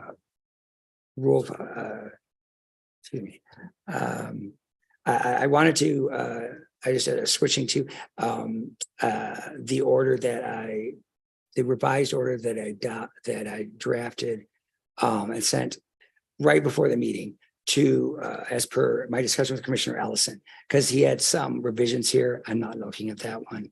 Let me just get that in front of me, because I think the revised language that Commissioner Ellison wanted to include is better language than I had in the draft. So I'm sorry, let me get that in front of me. This is one that I sent at about 1 o'clock, 12:30, 1 o'clock. But just as a revision to this portion of the order, just let me get that in front of me, because the one I'm looking at doesn't have the revision. Let's see. Okay, here it is. Okay. So I sent this at 12:49 PM, but it just has this one revision, and I'll read that. I think the revision makes a lot of sense. Now, I drafted this, but I don't know if Commissioner Ellison actually had a chance to review the language I used, but it was as per our conversation. Okay, so we're on exception number 5. Looking at paragraph 34, the revisions would revised paragraph would read this way. The commission rejects this exception. The commission agrees with EPE that Rule 572 does not expressly require that round trip energy losses, round trip refers to the energy losses to the battery storage and back and solar curtailments, which Commissioner Ellison was discussing, be taken into account when calculating the average annual levelized cost of a resource. That is actually defined in the rule, and that's what's used in the act. So that's a critical term. So the commission would agree that our rule 572 does not expressly require considering those things. However, these factors may be relevant to the calculation of the quote present value of the assumed lifetime generation production of that new resource. That's the denominator when you're determining annual levelized cost, average annual levelized cost of resource, is that there's a specific calculation of what the average cost, or not the average cost, but the total cost will be, and then over the expected present value of the assumed lifetime generation. So that's how you get a per I don't know, megawatt hour average annual levelized cost. So this would state that these factors that are brought up by the city may be relevant to determine what this denominator, what is the assumed lifetime generation going to be? Because if there's curtailment, that could affect it. These factors are likely difficult to estimate for a project that is anticipated to become operative in 2025. That's the Kearney project. And the commission is not convinced that there is sufficient evidence in the record to adjust EPE's calculation of the average annual levelized cost to account for them. The commission disagrees with the RD's conclusion, however, that these factors are categorically irrelevant to the calculation of average annual levelized cost under Rule 572. So the commission will be saying, essentially agreeing with the outcome of the RD and with EPE, that in this case, we don't have the evidence to really say how curtailment would affect that calculation. But it would note that we're not saying that these factors are categorically irrelevant just because they're not mentioned in the calculation. They can still be part of it. So I'll move on to exception number 6. So, okay. The city takes exception to the RD and arguing that the weight of the evidence does not support the conclusion that the Kearney project is consistent with EPE's IRP. In other words, previously filed integrated resource plan. City argues that the RD has dismissed Mary Lee Sol's contention that the Kearney project is not consistent and ignores the city's arguments to the same point. EPE counters that the RD clearly explains that Ms. Sol's contention that the Kearney project is inconsistent with the IRP is not supported by the evidence, and that the IRP qualified its proposed distribution of different types of renewables by stating that the distribution would be subject to actual proposals and pricing. As the commission knows, an IRP is usually not a detailed roadmap to what actual resources will be used. It's because it's a long-term planning tool, and the utility simply can't know exactly what it will be using at what price. So the commission will reject that exception, agreeing with EPE that the Kearney project is consistent with the 2021 IRP. City's exception number 7. The city takes exception to the RD, arguing that it, quote, loosely applies several of the criteria set forth in the REA and Rule 572. The city further argues that the RD relies upon conclusory testimony rather than record evidence about the overall cost of the Kearney project, the prices of other projects in the Southwest, and indications that EPE has no plan for efficiently integrating this large amount of renewable energy. EPE counters that the city's criticism is unjustified. EPE argues that the RD cites to evidence and testimony from the AG's expert witness, staff's witness, staff of the utility division of the commission, and the independent evaluator retained by EPE, Wayne Oliver, in addition to testimony from EPE's other witnesses. EPE further argues this testimony from various parties and the exhibits submitted to the record in support thereof is more than substantial evidence supporting the RD's conclusion that the remaining REA and Rule 572 requirements were met. The commission would reject the city's exception under this order and agree with EPE that the RD's recommendation to approve the Kearney project as a resource procurement is supported by the evidentiary record. City's exception number 8, city takes exception to the RD's conclusion that changing from the annual reconciliation methodology the EPE has been using to a cumulative methodology recommended by the city and Ms. Souls, quote, and this is quoting from the RD, midstream, simply is not feasible at this stage.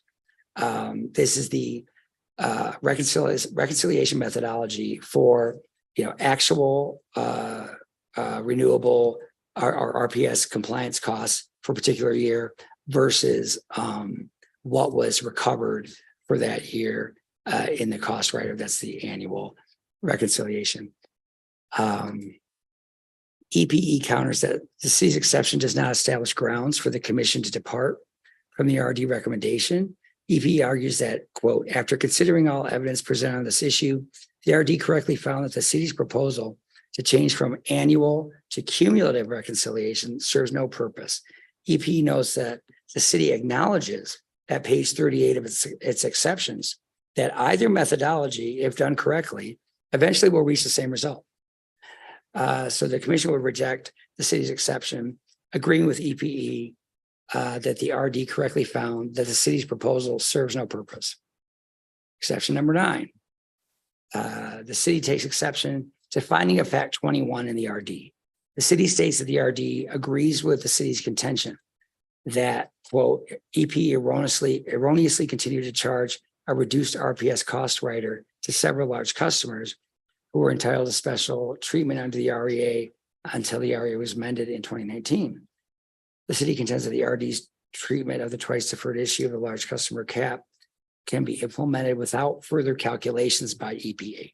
So this, obviously, this is the issue the commission that I discussed with regard to EPE's exception, except this goes just to the issue of whether the RD should have recommended that the commission order EPE to calculate the adjustment for the unlawful cost rider for post 2019. Just concerns that part. The city disagrees with that finding, which provides that EPE shall determine the under recovery that occurred.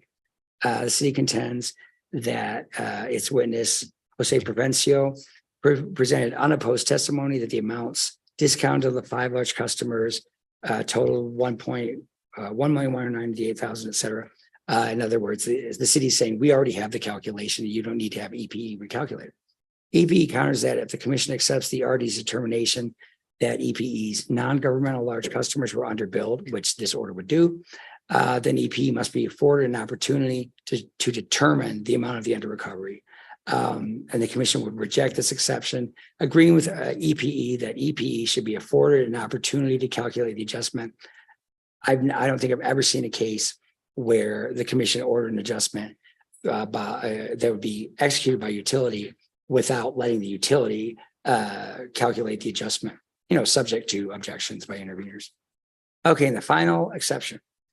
City exception number 10. The city takes exception to the RD for failing to require the reporting and record keeping requirements for the Kearney project recommended by the Attorney General. City argues that if the commission approves the project, it should adopt the reporting record keeping requirements proposed by, I think I wrote EPE, or should be the Attorney General. Let me just correct that. As conditions of such approval. EPE counters that adoption of the AG's proposal, I think I wrote, if adopted, I'll remember that. I said adoption twice. Would be contrary to EPE's right to due process by imposing new requirements in the course of the proceeding without prior notice. EPE argues that the RD correctly found that this proposal should be addressed through future rulemaking because the agreements at issue in this proceeding have already been negotiated, and reopening negotiations could put EPE and its customers at risk of losing the project. The proposed order to have the commission reject this exception, agreeing with EPE that the AG's proposal should be considered in a rulemaking proceeding, not in this proceeding, because those the AG's reporting requirements, proposed reporting requirements would be ones that would apply, I think, to any amended PPA. So they would apply to, if PNM had one or SPS. Okay, so that's all the exceptions. And then there are some modifications that the commission would be making of its own volition, sua sponte, so to speak, described at the end of this order. And they're described here as modifications to findings of fact that deal with these issues that the commission would be modifying. So finding of fact number 5 would be modified to read as follows. So this is replacing what finding of fact number 5 was before, or recommended in the RD.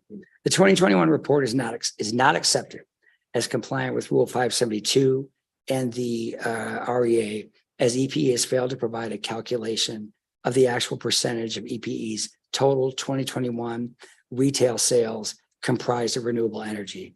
That term is the term that's actually used in the REA to describe what the RPS is. Finding of fact number, okay, so that would be added to finding of fact number 5, which otherwise had an acceptable first and second sentence. Finding of fact number 11 is modified to add the following at the end of the finding. Approval of the Carney project in this order does not include approval of any particular mechanism for the cost recovery associated with the project. The commission further places EPE on notice that the commission may, with regard to future REA plans, deny EPE the use of its RPS cost rider for cost recovery. This is an issue the commission was already discussing with regard to the last case. So this would be giving notice to EPE that the commission is considering changing that in the future. Finding of fact number 12 would be removed and replaced with the following language. The commission has not approved the retroactive application of RECs for EPE's RPS compliance for calendar year 2023 or any year following 2023. The commission hereby places EPE on notice that the commission may not allow the retroactive application of RECs for any year following 2023. And this, I have to switch to a third order because this is something where Mr. Chairman O'Connell had a revision just to this area. This was something I sent earlier, so let me get that in front of me. So what I'll be reading to you, by the time I'm finished, which is very close, will include both Commissioner Ellison's and Chairman O'Connell's proposed revisions. So let me just get that in front of me so I read that revised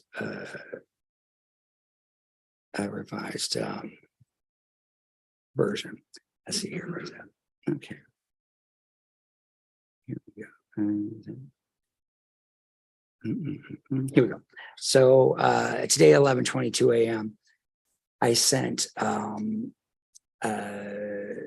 order adopting the RD with modifications for this case, identical to what I've just been discussing, except for a revision proposed by Chairman O'Connell with regard to that portion of the order. Here it is. Okay. So paragraph 54 would read with Chairman O'Connell's revision. Finding of fact number 12 is modified to add the following sentences at the end of the recommended finding. In other words, the first one or two sentences of the finding would be retained, and after that would be included these statements. EPE must, in its next REA plan filing. Show the effects of applying versus not applying future surplus recs to previous RPS deficiency years. The commission hereby places EPE on notice that the commission will review the practice of retroactive application of recs for 2023 and subsequent years. So it's getting basically the same idea that the commission will revisit that practice. Okay, so I'll move on. Paragraph 55. Finding Mr. Fisk, can I ask for clarification here? Is this intended to say that this issue is not being decided in this order? Or it says, I think as you revised, it says the commission has not approved. I just want to clarify whether this issue will be decided later or whether you're intending this to say that it is not being approved here. This, that's a very good question. Let me clarify this. So I had in the proposed order they sent without any revisions from any commissioners, that did have a language that said the commission has not approved the retroactive application of recs for EP's RPS compliance for calendar year 2023 or any year following 2023. The commission hereby places EPE on notice that the commission may not allow the retroactive application of recs for 2023 or any year following 2023. That's the language I had. That would be stricken what Commissioner Chairman O'Connell wanted to add was, I think, very consistent. It doesn't say that the commission has not approved the retroactive applications. It doesn't say that expressly, but it puts EP on notice that that could start the change could start in 2023. Do you mind reading that one more time? Is it my language or Commissioner O'Connell's language? Okay. EPE must, in its next REA plan filing, show the effects of applying versus not applying future surplus recs to previous RPS deficiency years. The commission hereby places EPE on notice that the commission will review the practice of retroactive application of recs for 2023 and subsequent years. Okay, thank you. Okay, so the next paragraph 55. This is not, there were no revisions by any commissioners to this. But the finding of fact number 14 would be removed and replaced with the following. Quote, EPE must immediately discontinue its practice of registering and retiring all New Mexico recs associated with energy produced by DG customers for purposes of RPS compliance. Oops, I have an error here. This is supposed to say consistent with. Okay, I'm just gonna take that consistent out. Sorry. First sentence one there. Specifically, New Mexico recs that are generated and consumed by EPE's DG customers must not be applied to EPE's RPS compliance, as this practice is in violation of the commission's amended Rule 572, and then it quotes, cites the particular part of the rule with regard to that amendment. So I'll move on. Paragraph 56. Finding of fact number 23 is removed and replaced with the following. Quote, EPE's sixth revised rate number 38 RPS cost rider filed under advice notice number 280, which is part of the original filing in this case, which was suspended, should not be approved. That's consistent with what was already in there. EPE's in the RD. EPE's proposed sixth revised rate number 38 should be modified in accordance with the RD as modified in this order and in accordance with the commission's order adopting recommended decision with modifications and docket numbers 1999 UT and 19348 UT. That's a good addition to clarify because even though this renewable plan and the acceptance of it is consistent with what the commission just ordered for those other cases, it's good to specifically say that the recalculation of the cost rider should be in accordance with this order and that order, just to make it very clear. Let's see. And what, like, for instance, at least one of those changes would be that, EPE had wanted to include these battery storage for Buena Vista 2, or is it 1 or 2, with its in its fuel clause. But the commission ordered in the order that was just adopted that that go through base rates because it had already been approved in the previous commission order to go through base rates. So that's one modification that needs to be included in this the RPS cost rider. With those modifications, the 6th revised rate number 38 is fair, just, and reasonable, and is compliant with applicable statutes and rules. That's a finding that's standard for and was included in the RD. So the ordering paragraphs would first extend the statutory period for consideration of the amended application, which was filed November 18th, to allow the maximum period of 180 days, date of issuance of this order. The decretal paragraphs and the RD would be adopted, approved, and accepted, except as modified in this order. The commission in paragraph D would order EPE to show cause as to why EPE should not be found to have violated the REA's requirement that, quote, renewable energy shall comprise no less than 20% of each public utility's total retail sales to New Mexico customers. That's quoting from the REA for 2023. Now, 2023 is not yet complete, but of course, under the plan and under current circumstances, EPE is, intending to use retroactive application of RECs for 2023. But the commission puts EPE on notice here that because in previous, what's previously been approved to in terms of retroactive application only went through 2022, and now EP is being put on notice that we may not continue that it should also show cause, that because EP, if it's not allowed to do the retroactive application, then the RPS is simply, for 2023, is simply not met. The commission would further order EP to show cause as to why, if the commission finds that EP has violated 2023 RPS requirement, EP should not be subject to monetary penalties pursuant to sections 62.12.4 through 62.12.6 of the Public Utility Act. Now, as I have previously discussed, there are no provisions within the REA penalizing utilities for failure to meet RPS requirements. So I have alluded to the monetary penalty provisions of the Public Utility Act. There are the Mexico Supreme Court has read,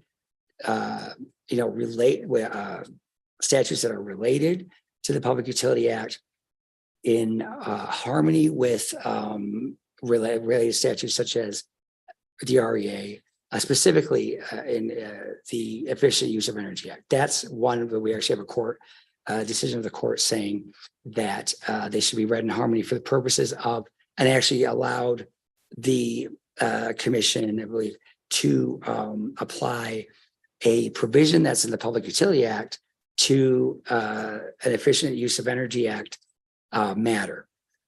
But just as a warning, that provision was a procedural provision, and a penalties provision goes beyond a procedural provision. So an EPE can simply argue that in response, when it responds to the order to show cause, can say, well, one reason we shouldn't be subject to monetary penalties under the PUA is that you can't transfer those penalties over to the Renewable Energy Act. But I think it's worth, I know the commission is interested in issuing an order to show cause, and EP can make that argument. I just wanted to let the commission know that we'll probably see that argument. This would require EPE to file its response to these orders to show cause in this docket within 30 days of the issuance of this order. That's generally the amount of time we give for a response to an order to show cause. Okay. Let's see.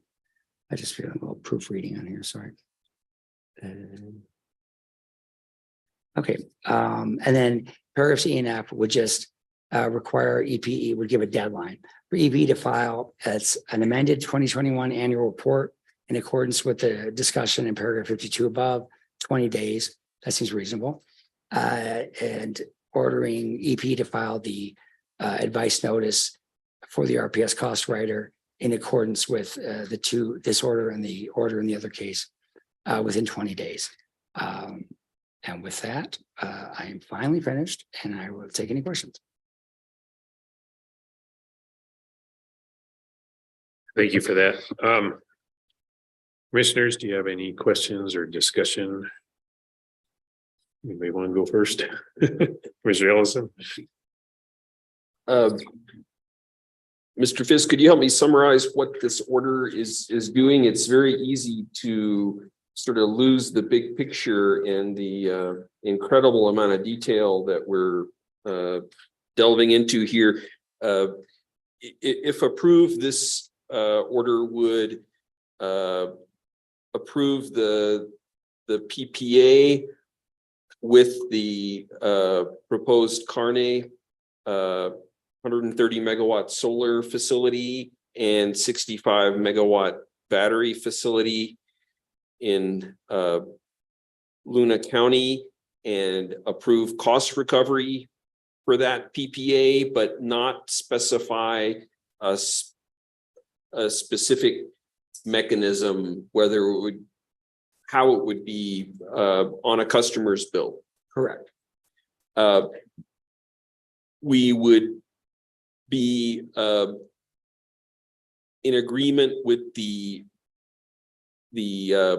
renewable portfolio standard rate rider adjustment that they're asking for, but we are calling for modifications to it that they would refile. So we're not approving any new renewable riders. We're just agreeing that yes, recalculating what you've got makes sense, but you need to file for it separately, correct? Yes, yes, and the RD where required a new rate because the RD already had some adjustments that need to be made, and then this would also include the adjustment that the commission made to recognize that the battery storage for, I can't remember, BB1 or BB2 would go through base rates because EPE had kind of moved it into, I think, the RPS. Yes, it wasn't fuel plus, but the RPS. So that's another adjustment. But so the RG already had required adjustments, and then this would require additional adjustments. And we're also clarifying and disallowing the use of the distributed generation amounts for the purposes of their renewable portfolio standard compliance for 2023 going forward as per our rulemaking earlier this year. That is correct. Are there any other major things that we're doing in this? I might add again, this is the 2022 Renewable Energy Act plan that El Paso Electric submitted, which very confusingly covers 2023 and also 2024 on an informative basis, with really it feels like there are too many issues wrapped up in this one thing. Are there any other major things that I'm leaving out? Well, definitely the two provisions with regard to the treatment or the allowance of retroactive application, and that is again first. Yes. That precise language, that notice would be given that the rec backfill issue. Yes, EP Yes. must in its next RA Okay. plan filing show the effects of applying versus not applying. The commission hereby places EP and notice that the commission will review the practice of retroactive application of recs for 2023 and subsequent years. One thing I will note that I'm just thinking about now is, the plan year for 2023 is part of what will be approved in this matter. So I think this actually does create an ambiguity in the sense that to say that we'll review the practice of retroactive application of recs for 2023, while it's true that those in the recs, because it's retroactive, the recs will not arise probably until 2024, 2025 for retroactive application. The EP could argue that we're essentially approving retroactive application of recs for 2023 if we approve the plan, because that's part of the plan. So I think, I did have a specific, Commissioner Aguilar, I think you were getting to this. I did have a specific sentence that said the commission has not approved the retroactive application of recs for EPE compliance for calendar year 2023 or any year. So that would make it clear that we're not, we can, I think perhaps the commission, if the commission wants to, I don't think we can leave off saying how we're treating 2023, because that is the plan year. Again, the recs don't arise till later. It's a retroactive application. So, there is that. You could say, well, we didn't decide that for plan year because the recs that you wanted to apply haven't even arisen yet, but they're planning to apply in this plan, and it is the plan year 2023 retroactive application. So I think that the commission does need to say here whether it's being allowed for 2023, because here we're just saying we're putting you on notice that we'll review that practice for 2023 and beyond, but 2023 is the plan year at issue here. So I think the commission needs to make a statement whether it's allowing it for 2023 or not.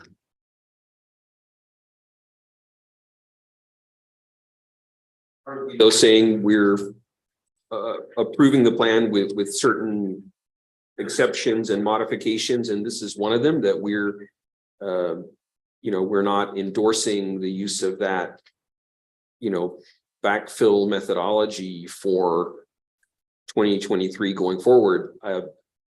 What has been decided by the commission 2020 through, or 2019 through 2022, I think we would be saying that, okay, that decision was made, excess recs in any given year could be applied to those historical years.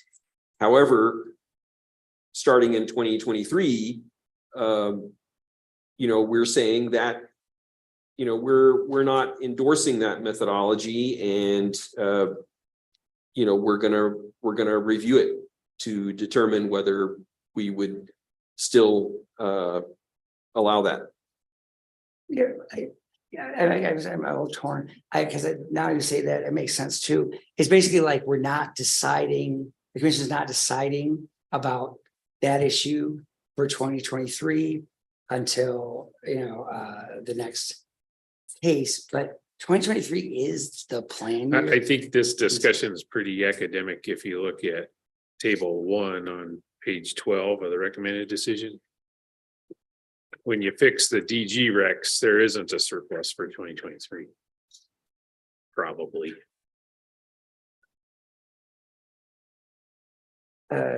Okay, I'm sorry, Chairman. I don't understand the argument there, because the thing. The argument is that there aren't any surplus recs to apply retroactively, because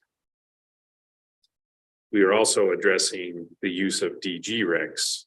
So if you look at the balance of renewable energy recs created versus recs needed, fewer recs will be available if EPE changes its interpretation of distributed generation. That 83,555 isn't gonna go to zero, but it's probably gonna go to a number much larger than the 2,396 that is their cumulative margin for the year. So I don't think we have to decide 2023 because nothing exists in 2023. Okay, I'm sorry, but so I'm looking at table one. Mr. Chairman, are you talking about application of post 2023 surplus, which is saying there won't be any given the DG? What I understood you were pushing us towards is trying to say we have to address 2023 right now in this order. And that's okay. But what I'm doing is predicting there will be nothing to address.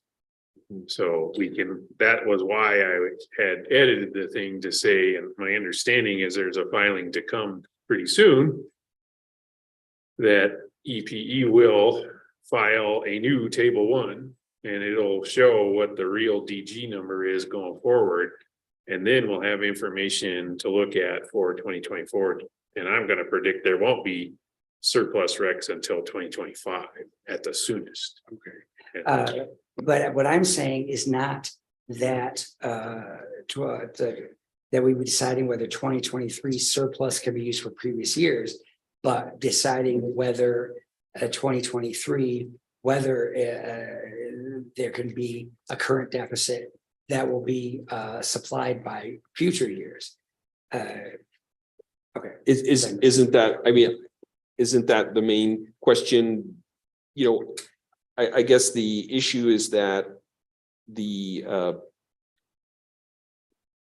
Renewable Energy Act plan submitted sort of tries to stake out the continuation of this backfill methodology to include 2023. And so, you know, in 2024 or 2025, when hopefully they may have some excess recs, you know, El Paso Electric may say, well, we're going to apply this to, you know, previous years as well as to 2023 and to 2024 to make up our deficit. And we're sort of saying, well, you know, we're sort of not accepting that provision of your plan. We're saying that we want the latitude to consider whether you know, we want you to be able to do that backfill for 2023 and 2024 when you get the excess recs. At least that's how I was thinking about it. Yes, I understand. I think the commission can go forward with the order as it is. I just want to know, EPE may say, to the extent, commission, that you're not deciding whether you will allow the practice of retroactive application to the year 2023, you're not really ruling upon our plan, because you are, you know, your 2023 is the plan year. So you should be telling us whether you're going to allow it to apply for 2023, and you have to decide that now. Now, that's a very strict interpretation of what the commission has to say in this case. I just wanted to point out that EPE may make that argument that you need to review it and decide for 2023, because that's the plan year here. Then you can, you know, in the next case, we can talk about other years. They could come back and say that. I think that you know, we have arguments as to why we would do this here, but that essentially would be a part of the approval or modification of the plan in this case that we'd be putting off. And you know, I think it's defensible. I just think we could get that objection from EPE. So just to let the commission know, I think it's fine to go forward with this order, but we could get that objection from EPE.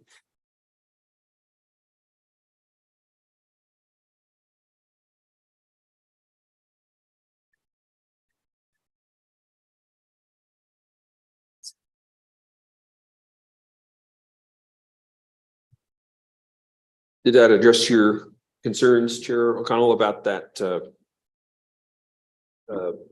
I guess that the 2023 discussion I confess I don't understand what Mr. Fisk just said. I'm gonna trust that you can leave it vague the way it is, or that somebody will suggest a way to further edit the thing. Well, Sharon, At this moment, Mr. Fisk, I'd like a suggestion from a commissioner as to whether we fix that or not. I guess I would want to hear one more time the language that you had proposed, because that sounded accurate to me, which is that we're not making a decision here. I think as long as we clarify that and clarify that we're accepting it subject to that condition, as I think Commissioner Ellison was explaining, I think it's okay. My concern, since we're talking about this issue is that we would say that we would not allow the backfilling, and I don't want to say that. Okay. Because I have specific position on that. okay, then this is definitely the best language as it is then.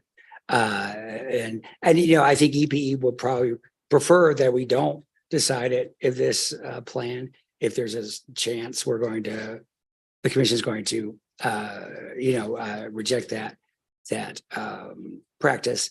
The EP would probably rather that we put it off, even though they could claim it's something we should decide here. So I think this language is perfectly fine. Just Yeah, wanted to know that. so maybe we can further add something to that decretal paragraph to further clarify that it's subject to that, the acceptance is subject to that condition and to the title as well of the order. That's a good idea. So I could put, let's see.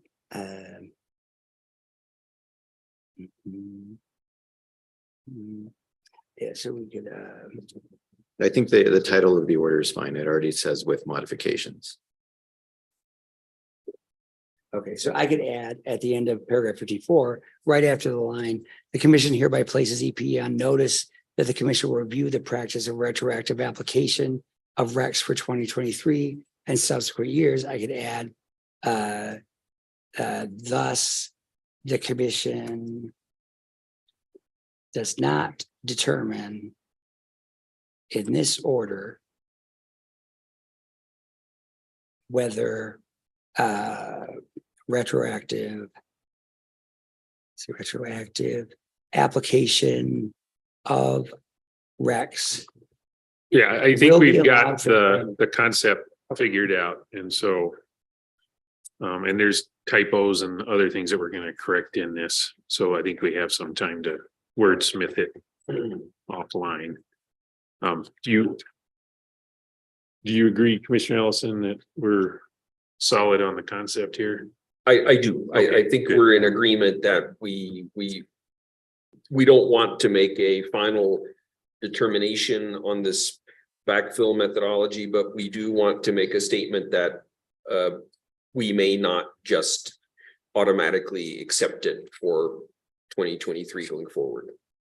And then, did you have any more questions? I mean, I appreciate you going back and summarizing the key points of this order, and you hit all the things that I had drawn out as a key point. I guess a couple, I did want to bring question, I guess, a couple things, and I have to admit that I didn't have a chance to look over the decretal portion of this before our meeting, even though we had discussed things. I guess I'm still wondering, Mr. Fisk, whether, we should ask EPE to show cause for 2023 compliance when 2023 data is obviously not going to be available for a while. Is that something that we need to do at this point?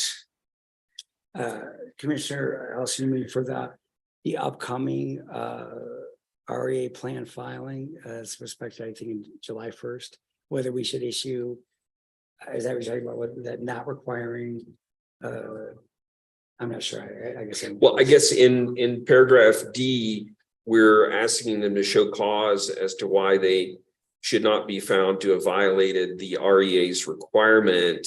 I guess, they haven't violated it until 2023 is over.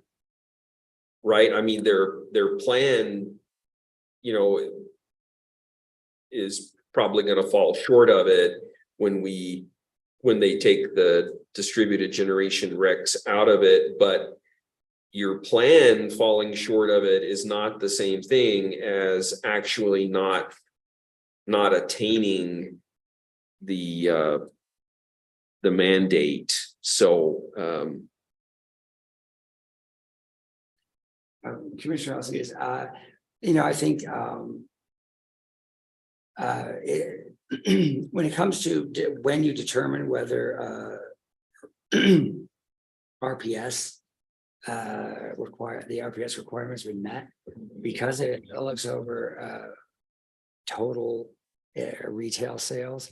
I guess it's arguable that that's not determined until the end of the year when you have the full year's information. But it seems clear that EPE, especially taking out the DG Recs, is not going to meet it. I think that you made some good points, though, that as to why the commission might not want to include an order to cause at this point, because of that, because we actually don't have, even though we can presume what 22 and 23 will look like, and it won't be with compliance. That the order show cause could be put off. I think also because the commission is not. Russell, sorry to interject, but I think maybe we don't have to sort of speculate on this paragraph, right? How it would go right now, but I guess I am hearing Commissioner Ellison suggesting that maybe we could put this off till later, and I think this is. The commission could later issue show cause orders sua sponte. So I agree with you that I think this doesn't need to be done right now. I don't disagree at all with the concept, but I think you may be right that maybe we don't need to do this right now. And I would be fine removing this from this order.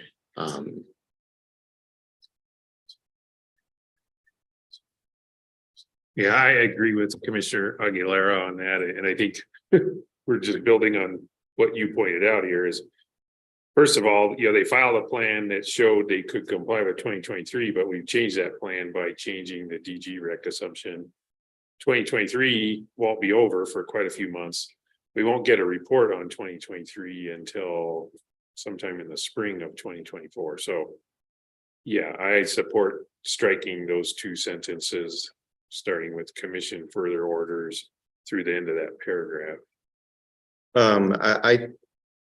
I think I was referring to entire decretal paragraph D. If that makes sense, if you're getting rid of the orders to show cause to get rid of that whole paragraph. I see that, yeah.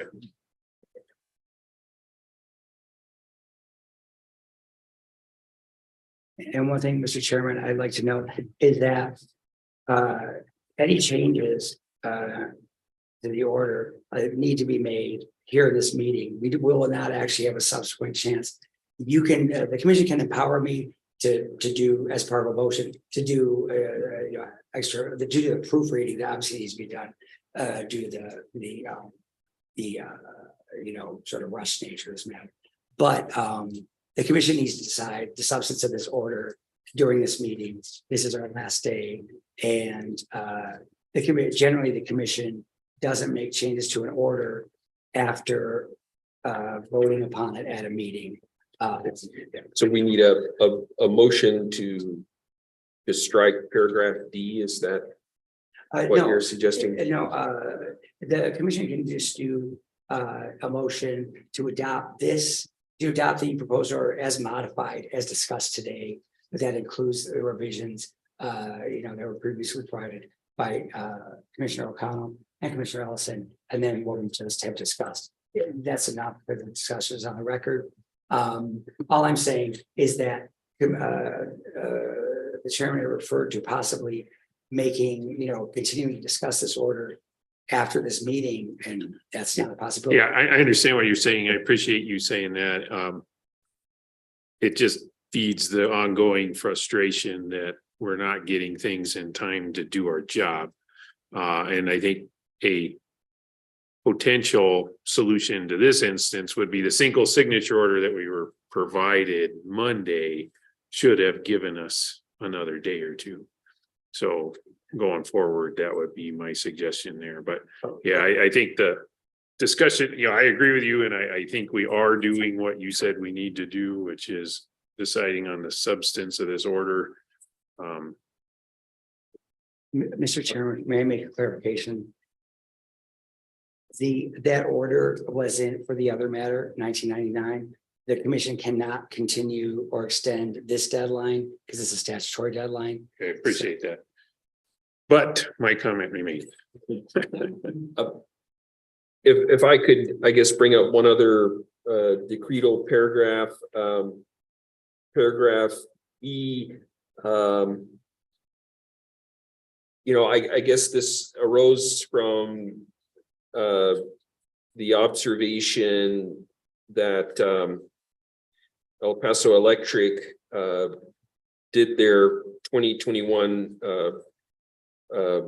Renewable Energy Act report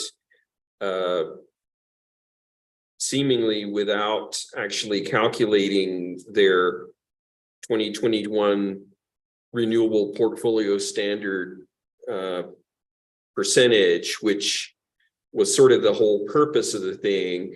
I think we did find it buried on page 70 something in the appendices, but that really really is not the point of a compliance document where you want to see the renewable portfolio standard percentage prominently displayed, whether it is a good number or not a good number. I'm uncertain though whether we need to go as far as asking them to file an amended report.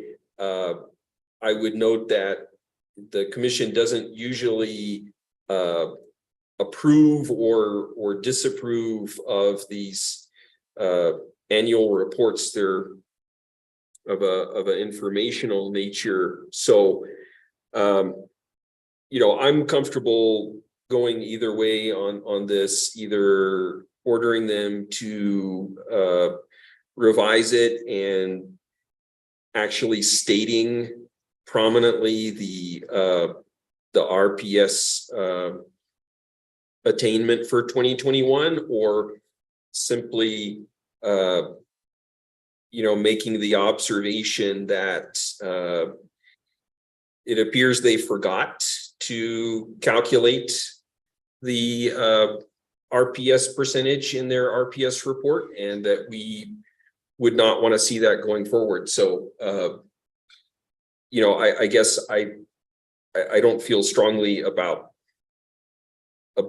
having this paragraph E in there, and wanted to hear your thoughts on that.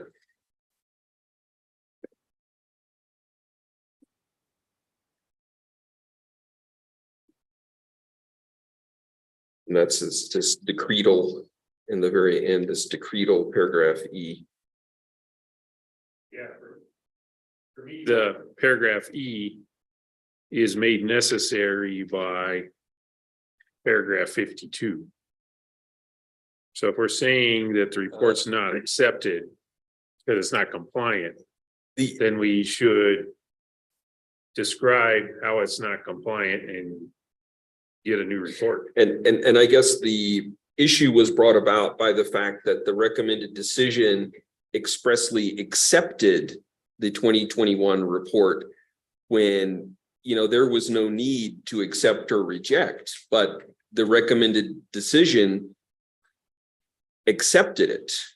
And so if we don't agree with that, then we could either strike that acceptance or replace it with this. Thanks for that clarification.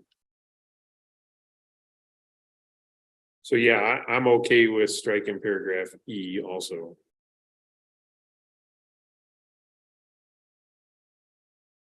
I am as well.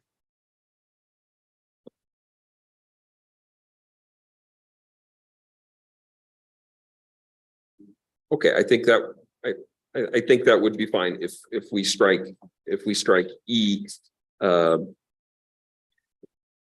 But I guess as you've noted, paragraph 52 sort of requires it. So maybe we could change paragraph 52 to say that we strike that provision of the recommended decision that accepts the 2021 report, because that's,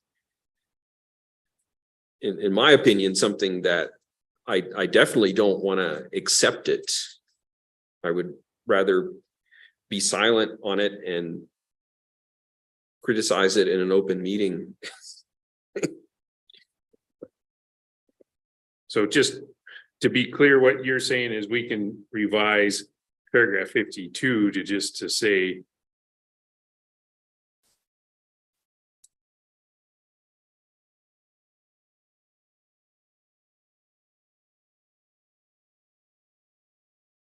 replace the last sentence of finding of fact number 5, the 2021 report is not accepted. Or simply to say we're striking that provision of the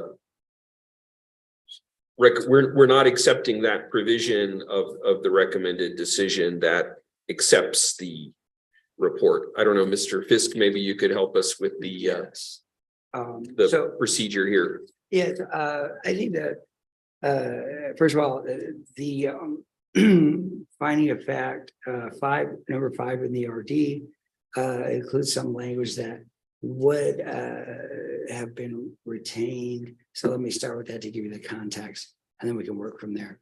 The RD's finding of fact 5 says that EPE timely filed its 2021 annual renewable energy report on May 2nd, 2022.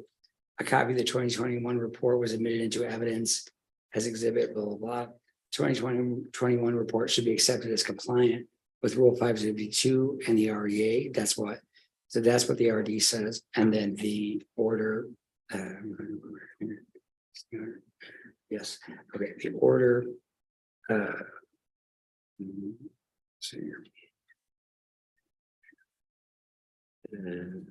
so the order would have, in paragraph 52, would have modified the sentence about accepting severance to say that's not accepted.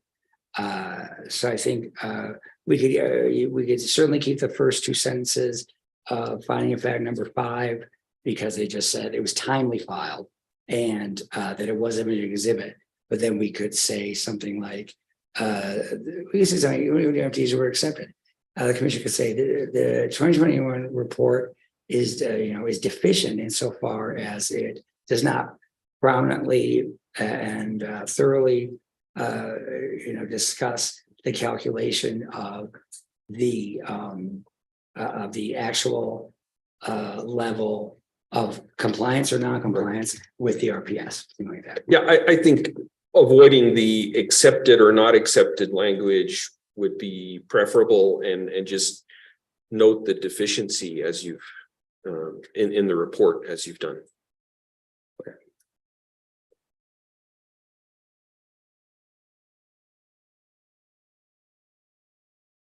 So I didn't have anything to add to what Commissioner Ellison has done. I guess I'll turn it over to you, Commissioner Aguilar, if you've got want to beat this horse some more. No, I'm good. So I don't have any more revisions to the order. I just wanted to point out something else that's not being decided in this case. There's a really interesting, I think, kind of circle around definition in the Renewable Energy Act and our rule. You know, it says that for a plan, you can submit renewable energy resources with or without storage.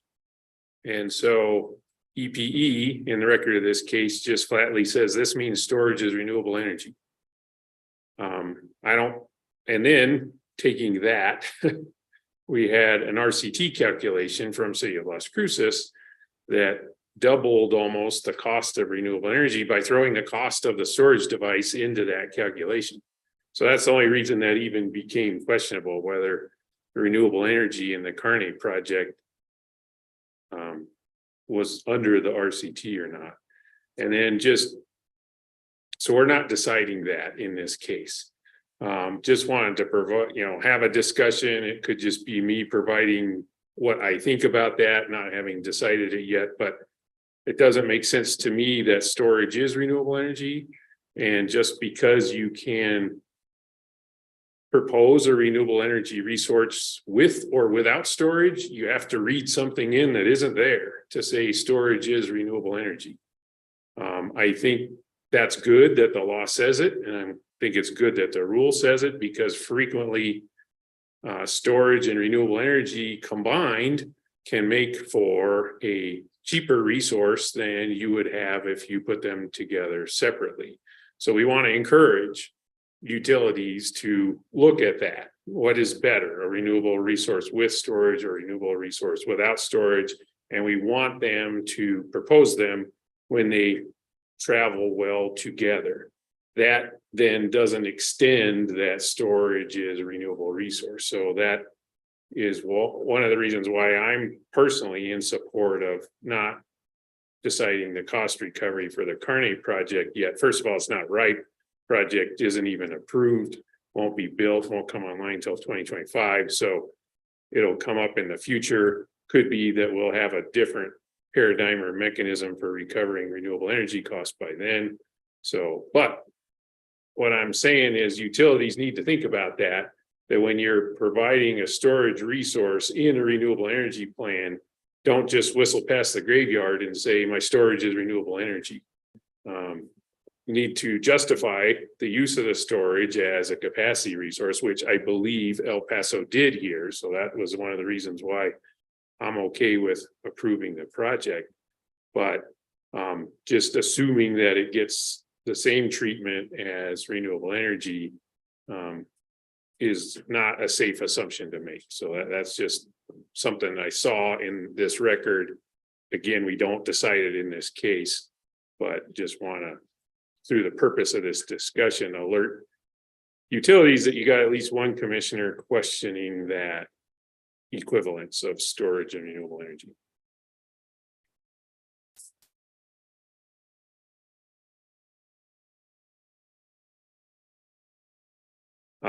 Okay, so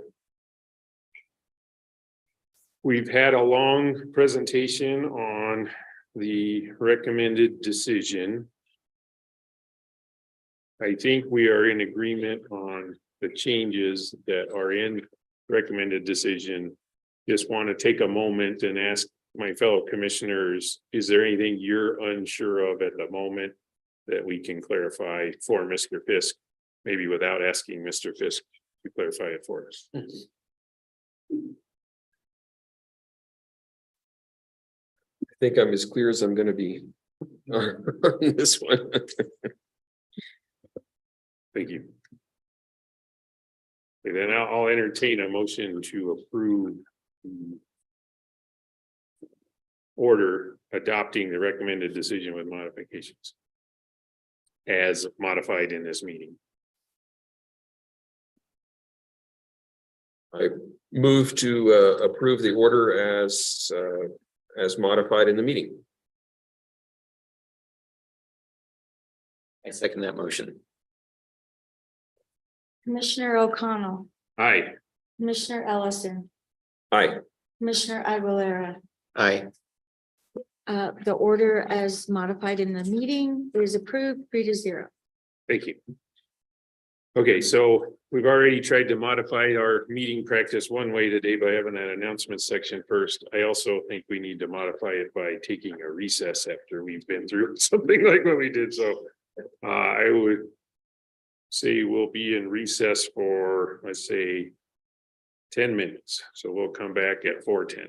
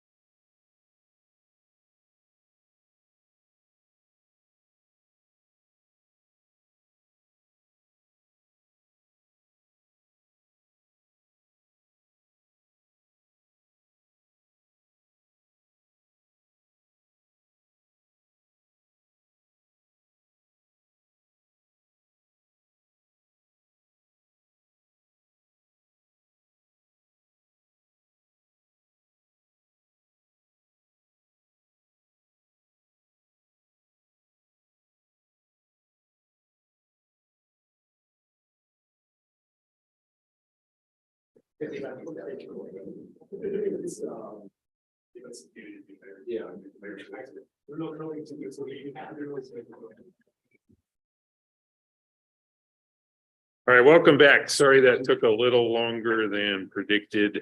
For those of you in Zoom land, you come in person, you can walk outside here. So, next item on the agenda is the timber on water case. I don't have my agenda. So anyway, presentation by Judith Emer. Yes, good afternoon, Mr. Chair and members of the commission. I know it's late and I'll try to be as brief as I can.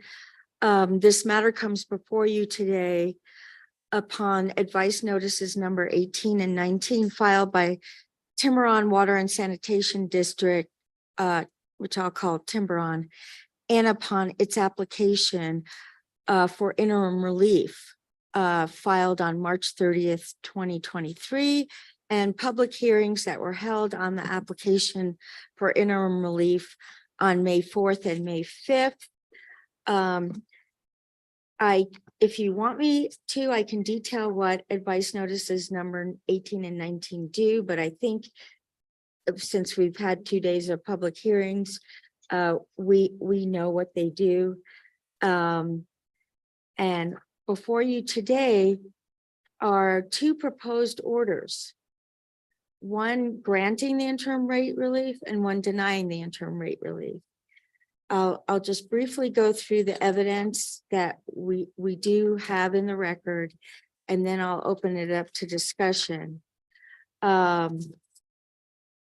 We do have testimony in the record that Tiburon system is actively experiencing tremendous water losses with a current water loss rate of 70 to 84%, and that the system shows signs of accelerated failure. Tiburon has testified that the district unfortunately hit a milestone of our highest recorded water losses in January of 2023 month end, with a documented 83% water loss. Tiburon testified that a planned Tank 3 project would help its water system begin to move to a properly managed and funded critical infrastructure need for the citizens of Tiburon, but the project is currently underfunded by $288,000. Tiburon testified that interim rate relief would allow it to purchase much needed equipment to perform acceptable work to repair broken and leaking water lines more efficiently. Tiburon concludes that water losses and necessary tank repairs and replacements impacts its customers and impacts the ability of Tiburon to provide the community with clean, reliable, and abundant drinking water. In addition, we also know from the record and the public hearings that these deficiencies in the infrastructure in the water system are very long-standing. In fact, the commission last had an interim rate relief case by Tiburon in 2010, and when you read the petitions, they're very similar. So this is a long-standing problem. In addition, in its initial application for interim rate relief, Tiburon failed to discuss water loss at all in their annual meeting, and that information didn't come forward until staff introduced the evidence. Further, Tiburon did not show that denial of the interim rate relief request would result in immediate and irreparable harm. While Tiburon provided testimony that managing the water system was difficult and that water revenues collected appear insufficient to cover expenses, the testimony shows that Tiburon's customers are continuing to enjoy service. Tiburon did not present any evidence that service will stop without the immediate granting of interim relief, or that an interruption is irreparable. In fact, Tiburon did testify that the interim relief was insufficient to actually repair the system, and that it would only cover operating expenses, not actually be enough to fix the structural issues. Tiburon testified that in order to actually fix the deficiencies in the water distribution system, it would have to replace the entire system, and that the interim relief would only maintain the status quo. Lastly, Tiburon was unable to testify how much the interim rate relief would increase the revenue on a numeric basis. So that being said, as I previously mentioned, there's an order denying the interim rate relief and encouraging resubmittal by Tiburon of advice notices number 18 and 19.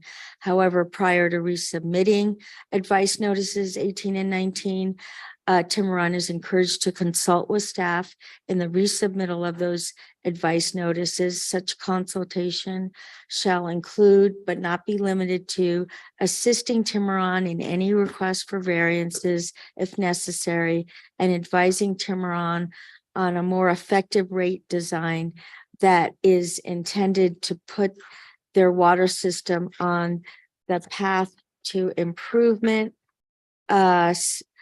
Areas that staff could work with Tiburon on are increasing sources of revenue by increasing standby rates, increasing sources of revenue by discouraging the practice of disconnections on a seasonal basis, or perhaps by increasing disconnect and reconnect fees, and considering measures that might be taken to more effectively collect arrearages.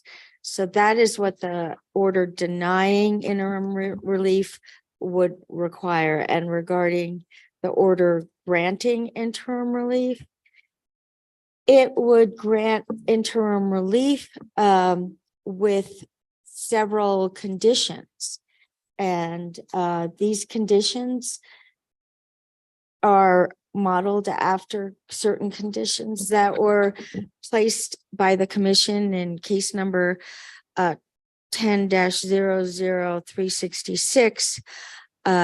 As I mentioned, that was Tiburon's previous interim rate relief case with the commission. And in that case, the commission did grant interim relief with most of these conditions.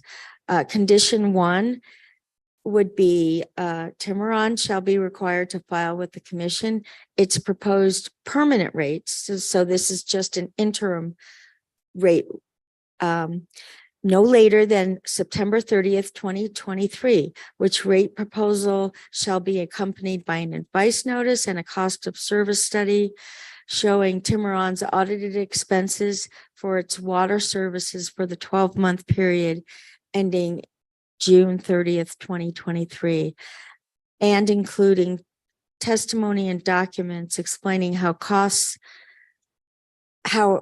any costs shared with Tiburon's other functions, such as the golf course, are allocated. Tiburon shall also file with its proposed permanent rates a schedule showing costs adjusted for any known and measurable changes that will occur by November 30th, 2023. And having testimony explaining and justifying each adjustment. Condition number 2, in the event that Tiburon does not file its proposed permanent rates along with the foregoing information by September 30th, or does not obtain a commission approval of extension of that deadline, Tiburon's authority to continue charging interim rates shall automatically terminate on October 1st, 2023. Condition number 3, in the event the permanent rates are lower than the interim rates approved by this order, Tiburon shall refund to its customers the differences between the revenues actually collected by Tiburon during the period the interim rates are in effect and the revenues that would have been received had the permanent rates been in effect instead during the same period. And the manner in which such refunds should be made and whether interest should be paid on refunds shall be determined by the commission. Condition number 4, all revenues received by Tiburon from charging its customers interim rates approved by the order approving it, and interest on past due amounts for water services shall be used by Tiburon solely for its water operations, which may include road work in order to repair a broken water line, but shall not include routine road repair and maintenance.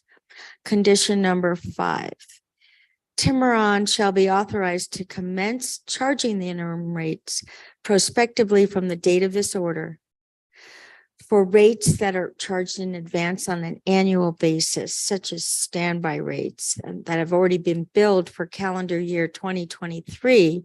Tiburon is authorized to send its standby customers a supplemental invoice or bill for the increase in the rates approved by this order, prorated from the effective date of the interim rates.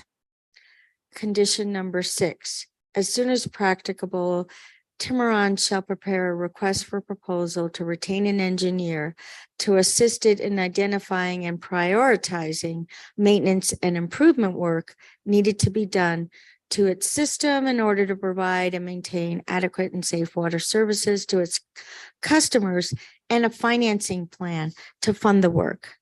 A copy of the engineer's final report or reports shall be provided to the commission and staff as soon as they're completed.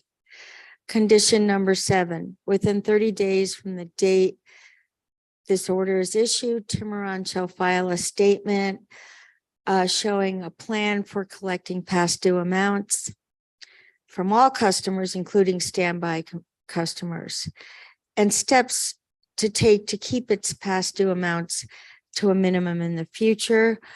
2, a plan for ensuring that its cost of operating its water system, including management costs, are kept at the lowest reasonable levels, consistent with good utility practices. And 3, a plan to revamp its business practices so that its books and records are kept and maintained in a timely and accurate manner.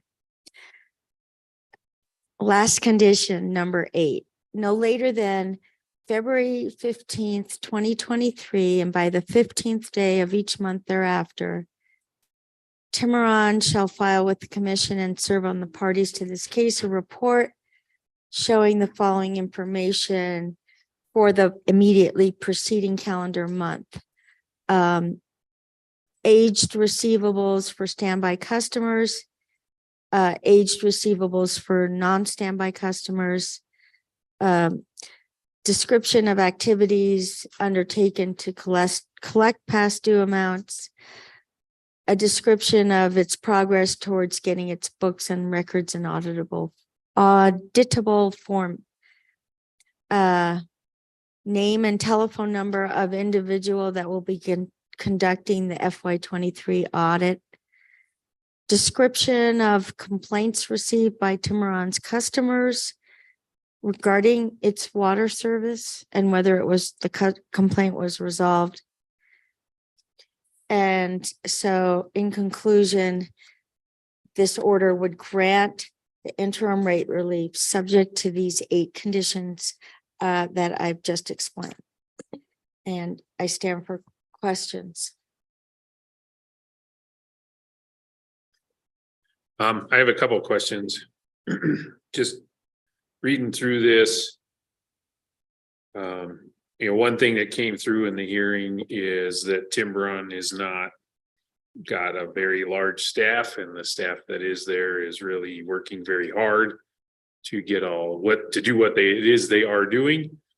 These dates would seem reasonable to me if we were applying them to organization that is bigger and operating on all cylinders. So are these like condition 7, the 30 days, or termination in condition number 2? Are those just because you modeled them after the previous case, or is there some kind of standard that sets those dates? Commissioner O'Connell and members of the commission, those conditions are all up for discussion and deletion, revision. I agree. They are modeled after the 10-366 case. And when I was writing them, I thought that they were as a whole, all good ideas, but also as a whole, maybe overloading them.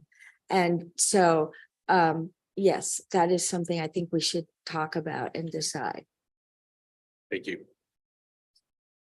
And then I've been thinking how to structure this discussion. And so I'll go ahead and make a suggestion is, thank you, Ms. Amer, for putting these 2 orders out there. Rather than debating both orders, maybe we could choose one of them to talk about more than the other. And if that proves to be a futile discussion, we can flip over to the other one. So I would propose, let's talk about the one that grants interim relief. And I'll tell you why I'm proposing that is, what are the standards for interim relief is if it's immediate and irreparable harm. I could argue both sides of that.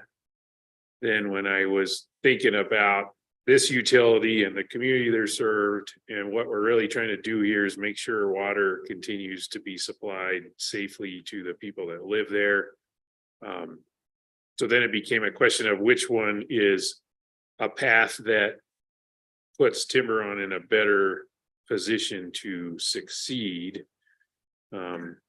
My argument for denying it is, okay, if they could quickly come in for permanent rates, then frankly, what I heard in the testimony, especially the fact that they need to finance and fund this huge water main replacement program, they probably could come in for a much higher rate increase than what they've asked for with these interim rates. So from that point of view, I landed on interim rates is probably worth discussing first, because it'll give them some money. They're going to need some money to do the things to get to the bigger solution. So anyway, that's why I'm proposing to talk about granting the interim rate first, and guess take a straw poll on if that's a reasonable path forward. I think that's reasonable. Great. Okay. Then, I've already asked you my questions about the granting of interim relief. I guess I would just going through these conditions. Condition 2, I would give them through the end of the year with the interim relief. So that's 3 more months. And then condition 7, that one's tougher for me because they got to do some of this work to be able to succeed providing this statement, right? Because that was one of the things that happened during this case is we would ask questions, we would get a good faith, honest effort to give us answers, but they wouldn't really answer the question. So if I had to summarize what I saw is getting the book straightened out first.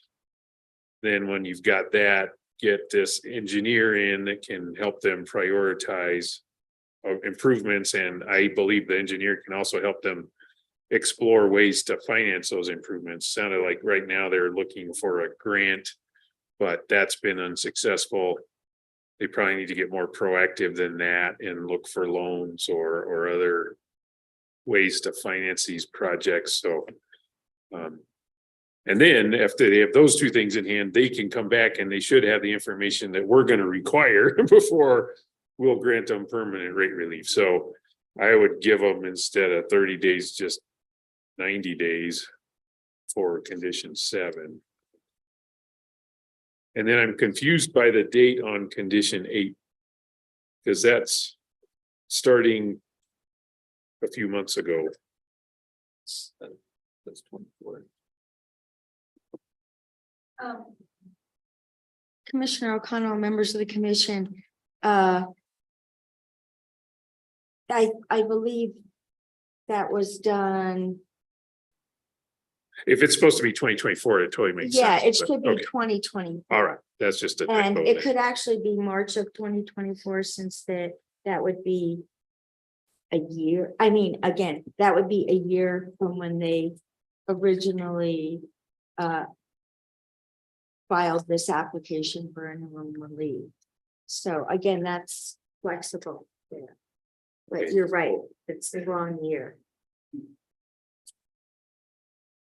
It would be sometime next year. Okay. Yeah, that it must have just been a typo then. So that's my list of suggestions or questions on this.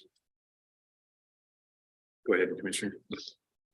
Just a clarification, and I seem to have misplaced my red line copy, but on the condition that explains that the interim relief is granted and then is requiring a permanent rate case.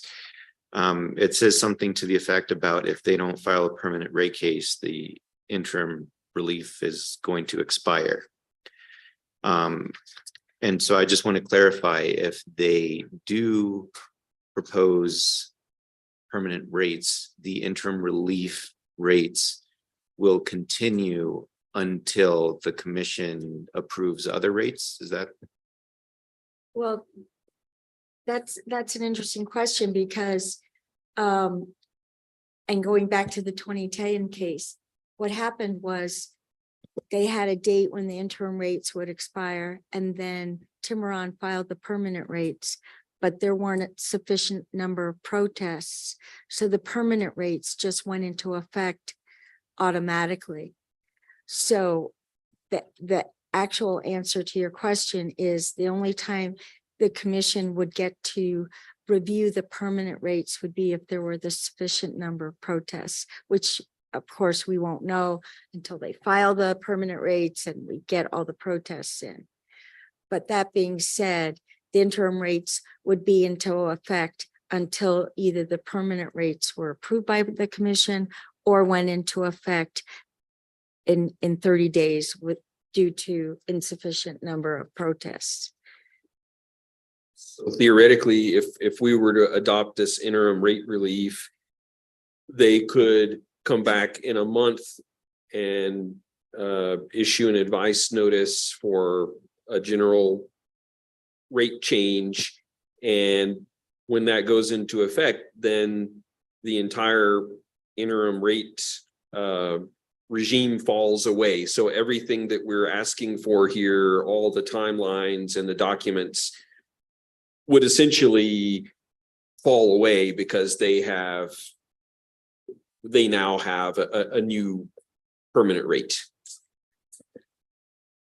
Well, Commissioner Ellison, that would be correct if every single rate that is approved by this interim rate relief is included in the permanent rate. So it'd be interesting if, I was just thinking of the scenario where when they filed the permanent rates, they only did changes to standby or to the the usage rates. Then the interim rates would be in effect until this order expired. But yeah, then they'd go back to what the rates were originally. I don't really anticipate that happening. It's more likely that the permanent rates would cover everything that's in these interim rates. And if that did happen, then what your scenario would be correct in that this order regarding the interim rates would be superseded by the fact that they have permanent rates. Now, regarding the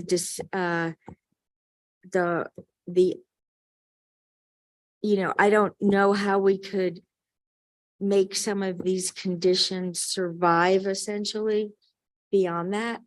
I think we might be able to write something in here that would say that we still want them to, even if permanent rates aren't expressly reviewed by the commission because of insufficient number of protests, we could still order them to keep, make the filing of the engineer's report and make the filing of their plan for collecting past due amounts.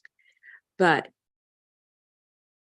it's questionable as to whether or not, if they didn't comply with that, whether we would have any authority to enforce that, you see? Thank you.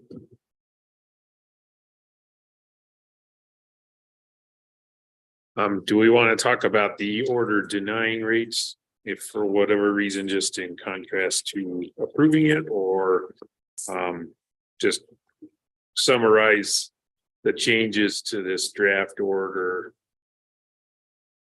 approving interim rates and vote on that.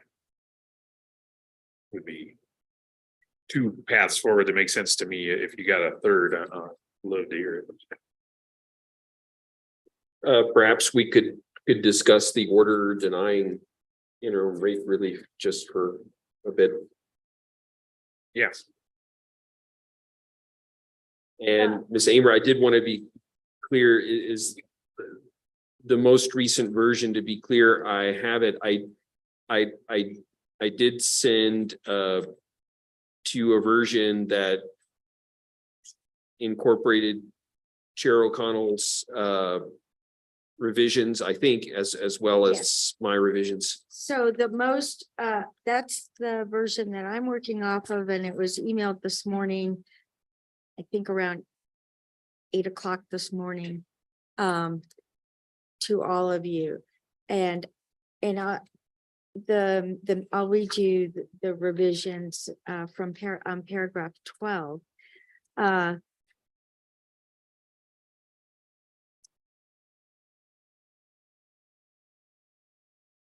Okay, well, first I'll read the burden of proof in this case is two-pronged. It includes the prima facie burden of sufficient evidence going forward and the ultimate burden of persuasion.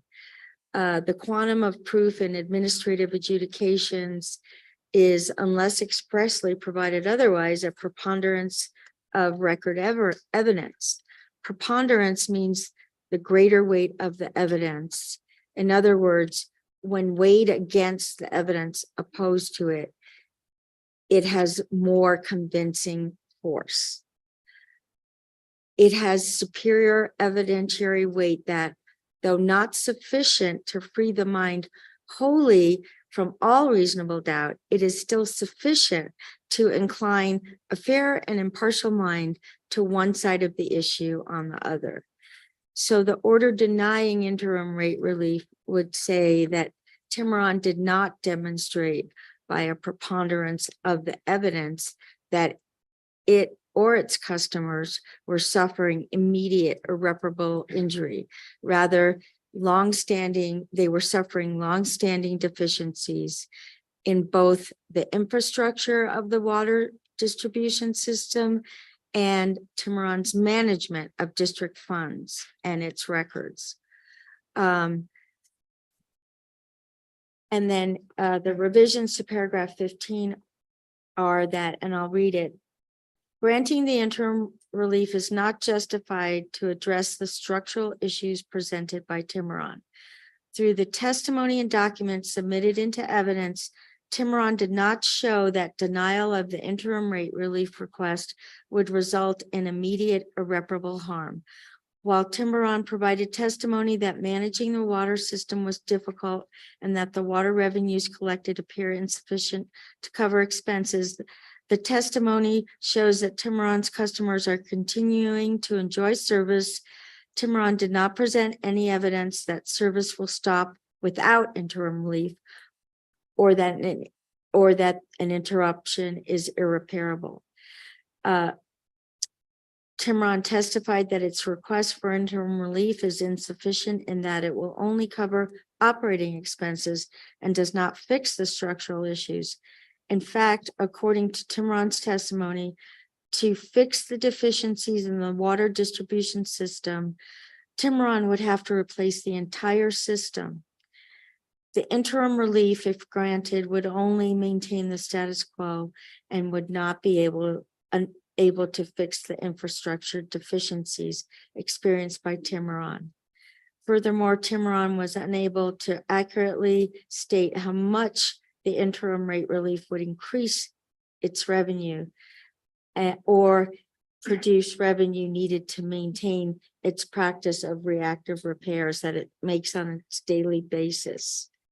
So in conclusion, it would, because that the reasons I've just stated, that Timron did not present evidence of immediate irreparable injury, the application for interim rate relief would be denied, and Timron is encouraged to resubmit the advice notices, working in consultation with staff on a more effective rate design. And it wouldn't have, as you can tell, that particular order that was circulated this morning does not contain any reporting conditions or the procurement of an engineer.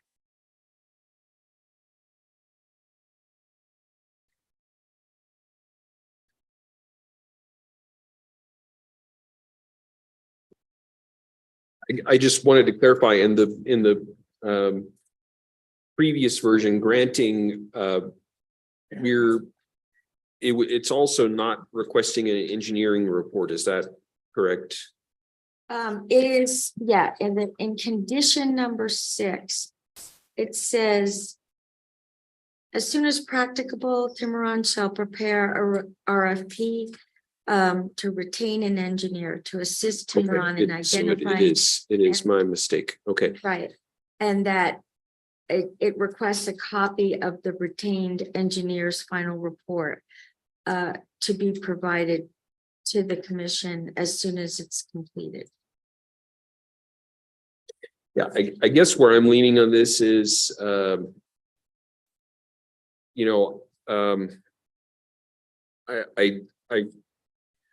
think that Timberon misfiled this, that, they could have easily filed it as just a general rate change. But they chose to file it as an interim rate relief, which, really requires us to look at, the standard of immediate and irreparable injury. And, I think it can be debated as to, their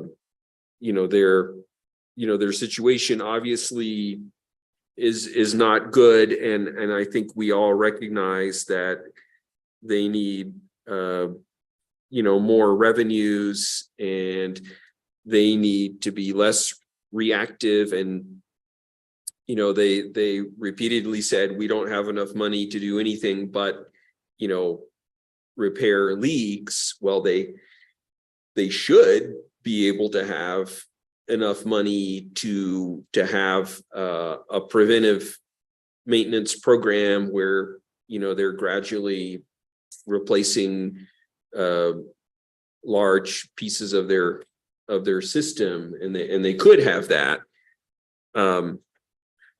But I guess to me, I don't quite see, since they've been limping along for so long, what the immediate and irreparable injury is if they don't get this interim rate relief. And it just seems to me that the cleaner option is to say no, but we recognize that you're a utility with difficulties, and we're encouraging you to refile as a general rate increase, and our staff is available to offer some advice as to, you know, how you might think about doing that and what you might think about doing going forward. Given our limited jurisdiction over Tiburon, you know, given the fact that we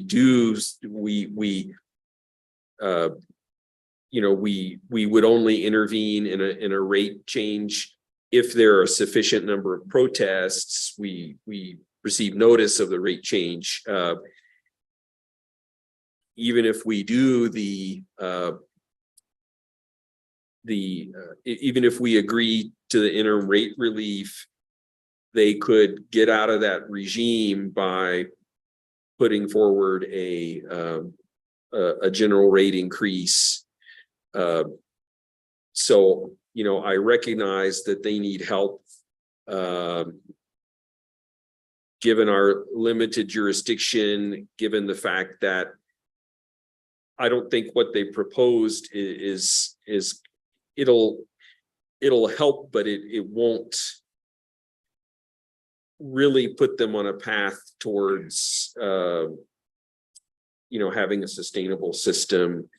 So I guess that's right now what I'm thinking. I would like to respond to that. I'm not sure that they chose the incorrect method to file. I think it's pretty clear from the evidence that to support a just and reasonable rate, they would have needed to file a lot more evidence. But that's not the standard that we have in front of us here.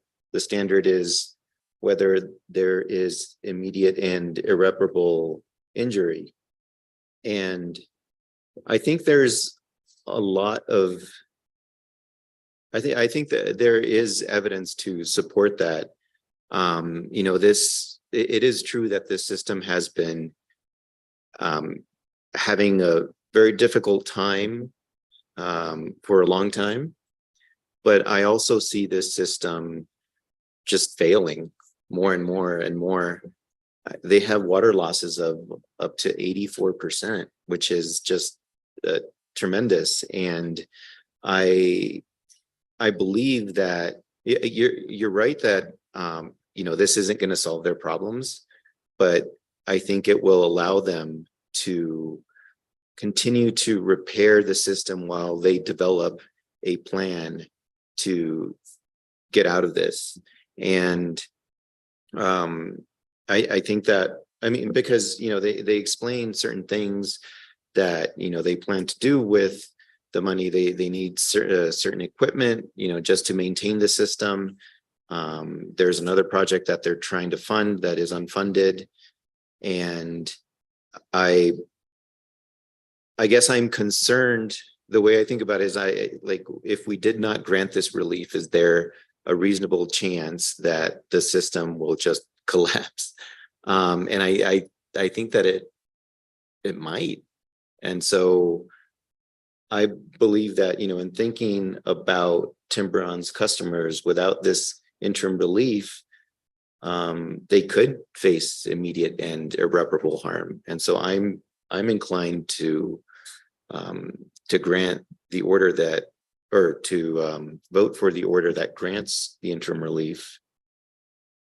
And another thing that I would say is that the prior case that granted interim relief has similar circumstances. If not, you know, if not, these circumstances are more in favor of supporting that there is immediate and irreparable harm. So comparing it with that precedent, I don't see how this case in front of us would not meet that. And I do think, though, that they need to develop a plan to get out of this, a plan to not just, continue to maintain the system, but how are they going to improve it? And then once they do improve it, how are they going to continue to maintain it? And, they have a lot of revenues, a lot of bills that they're not collecting revenues on. That's also a problem. So that's why I support the condition in the order granting interim relief that would have them think about these things and develop those plans.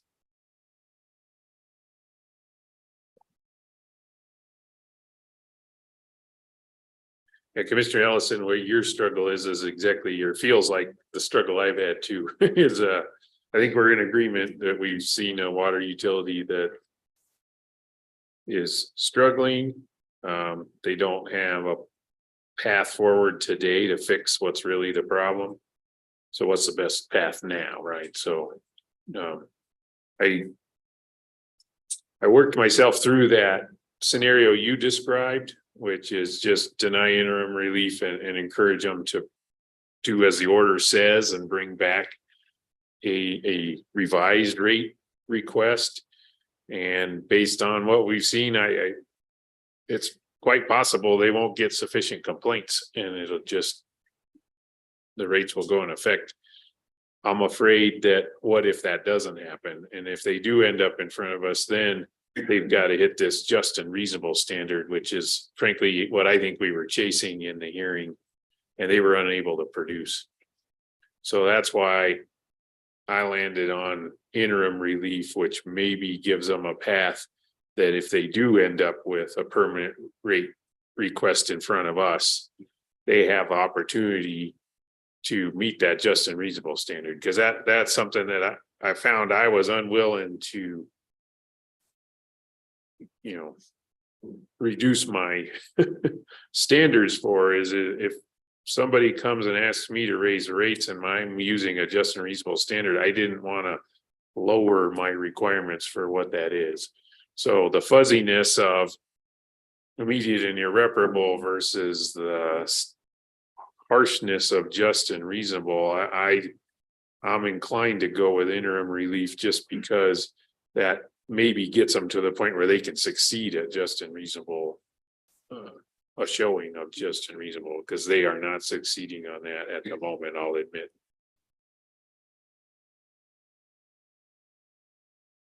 And I don't see how they meet it tomorrow was my big takeaway.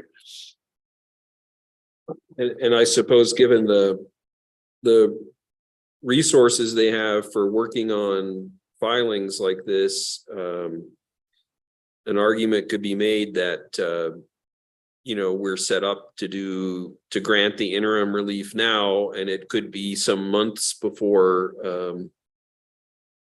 they receive a general rate increase. So I guess we have to consider what's going to happen to them in that, say, half-year period, if they're going to be okay or not.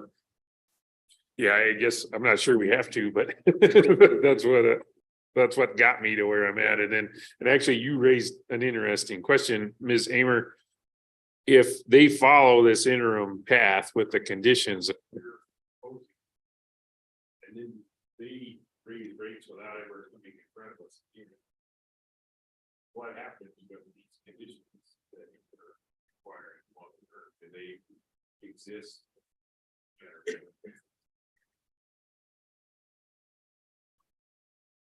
I would say that if you wanted any of the conditions to exist, no matter what, you would have to put that in the order. Right now, I would think that they would the conditions, there would be no hook to keep them, complying with this interim order once they had permanent rates. So you would probably need a statement to the effect that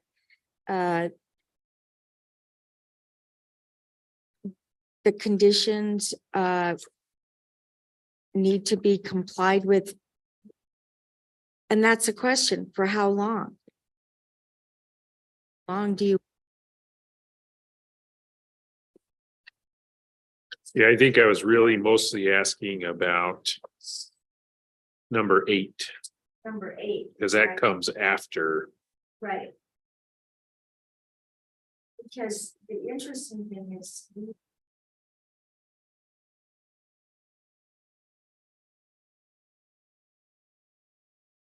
You kill a microphone a week, is that the record I've heard?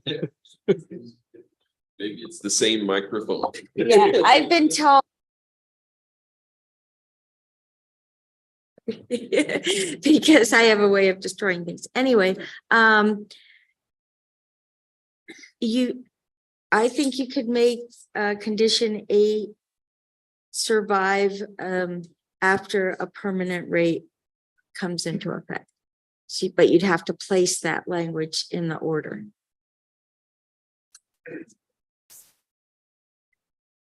Yeah, I have to be honest, I didn't review the granting the interim relief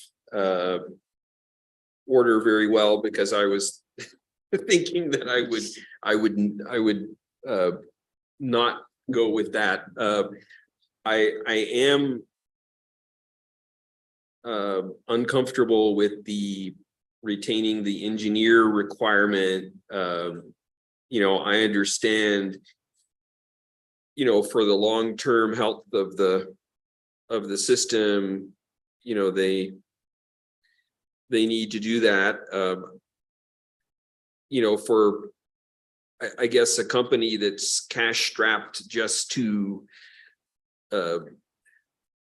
try to make sure the system doesn't fail. I don't know what kind of a burden we would be placing on them by telling them they have to retain this engineer as soon as possible. And I also don't know,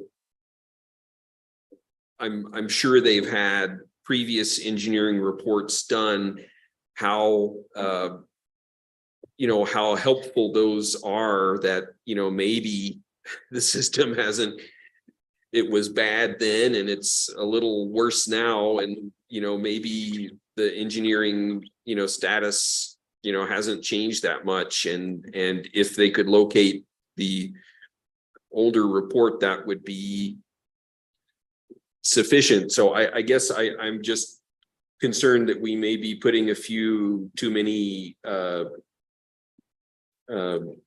conditions on them.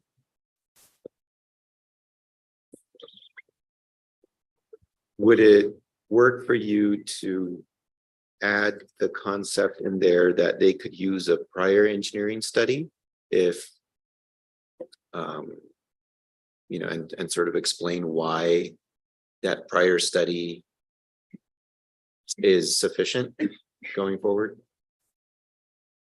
Yeah, I think that would help. And the language in there is as soon as practicable.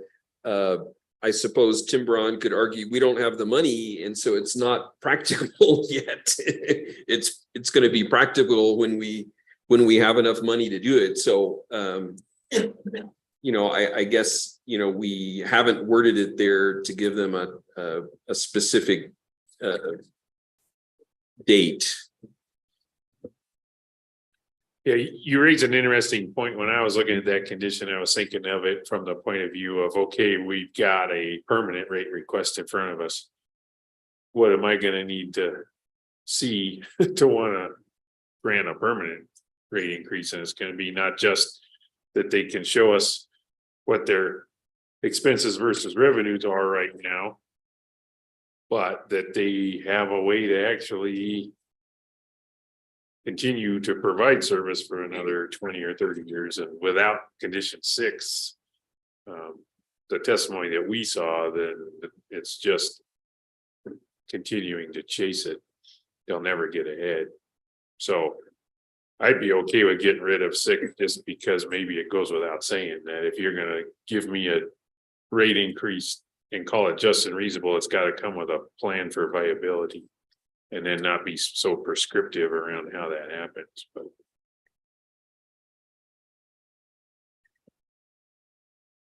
Mr. Chair, there's part of condition number 6 that you may want to consider in keeping in.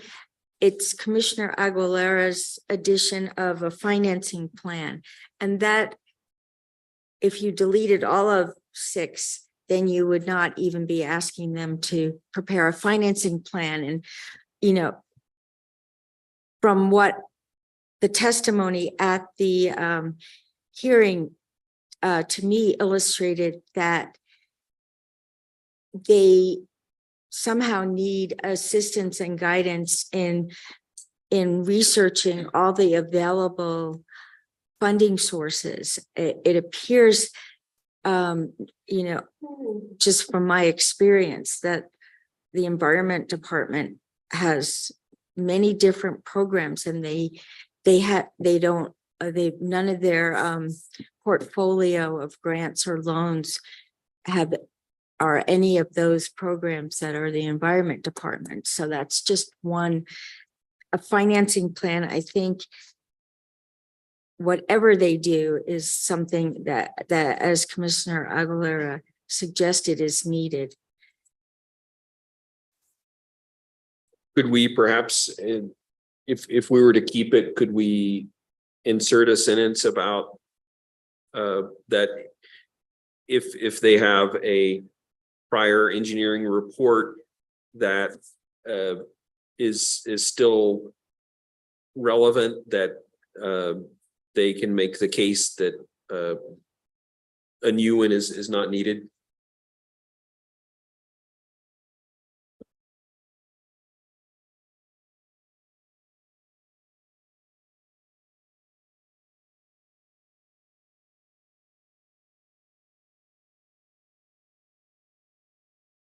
Yeah, I think that works, or just that they provide when they come before us with their general rate request, they provide a viability plan that includes financing. Should we make clear in this condition 6 that what we're really talking about is when they come before us with that general rate increase, that we, would like, we need to see either the fresh engineering report or an older one, and an argument as to why the older one is sufficient?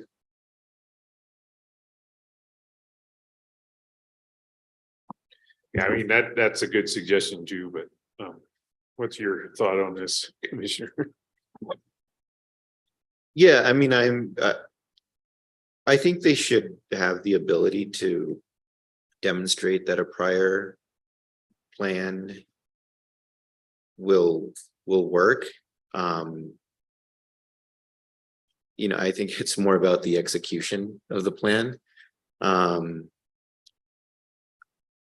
think that suggestion would work for me. I mean, I also don't necessarily want to ask for them to go spend a whole bunch of money on another one, but I think given the circumstances that they are in. So, I mean, I think allowing that flexibility is a good thing. And then, I mean, I guess there's also a risk that the commission later determines that it's not sufficient, but maybe it is. I think it's worth allowing the flexibility.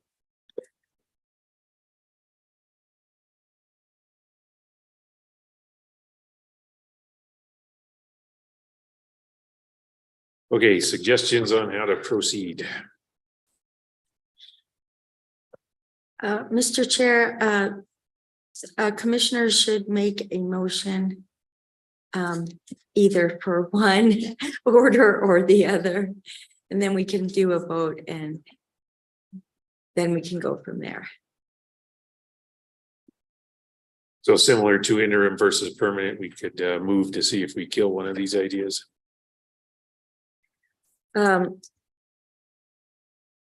It depends on how we phrase the motion. Right? Okay, well, I will motion to approve the order granting interim rate relief as modified in this discussion.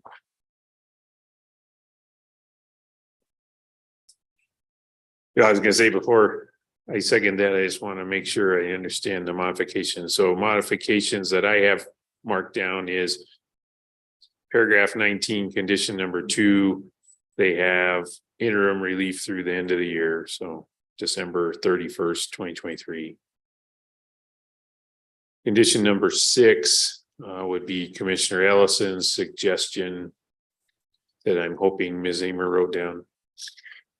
Yes, and the way I understood it is when Tiburon files for a permanent rate increase, that Tiburon shall provide an engineering report, which could be an engineering report that they already have if they can tell us why it's sufficient. That would address the maintenance and improvement work that needed to be done, as well as a financing plan to fund the work. Thank you for that. And then condition 7 was going to extend the 30 days to, I think, 90 days.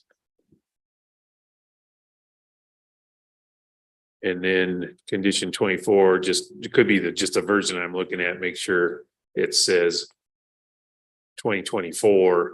And I agree with moving that to March 15th. And that's condition 8, right? Right, Condition- paragraph 24, condition 8. Don't worry, Tiburon, there are not 24 conditions. Okay, so does that summarize the changes? All right, so I think having done that, I'll go ahead and second the motion. Any more discussion? I have a question, Commissioner O'Connell. Did you want condition number 8 to go on beyond a date of a permanent rate filing?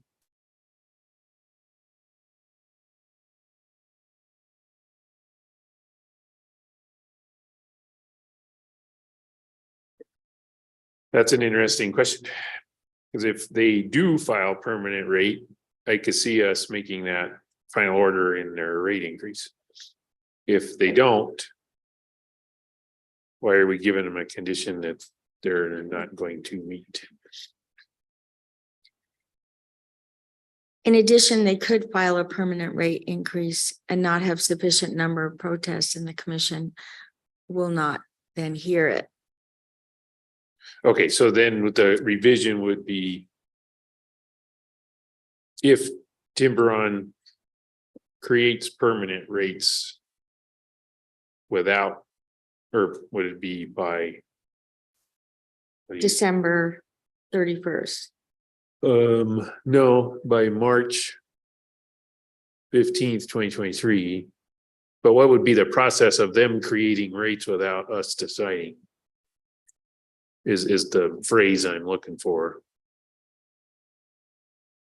Well, it would be if Tiburon files advice notices that are that lack sufficient number of protests for to trigger a commission hearing on the rates.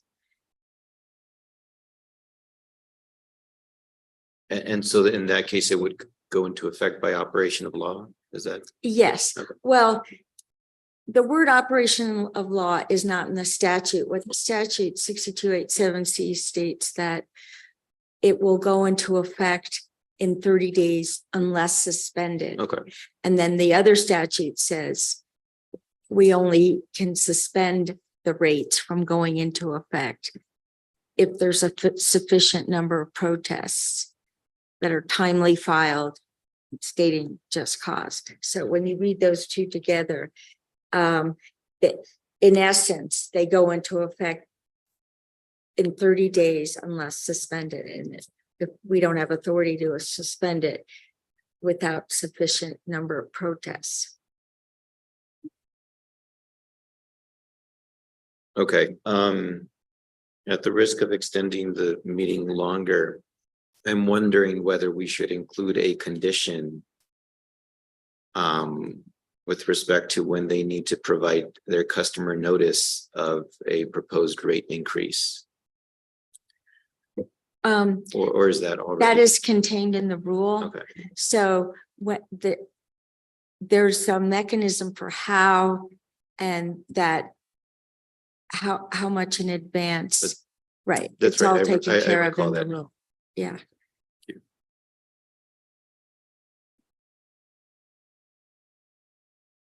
Okay, so could you read the first sentence in condition number 8 again, just because I've lost track?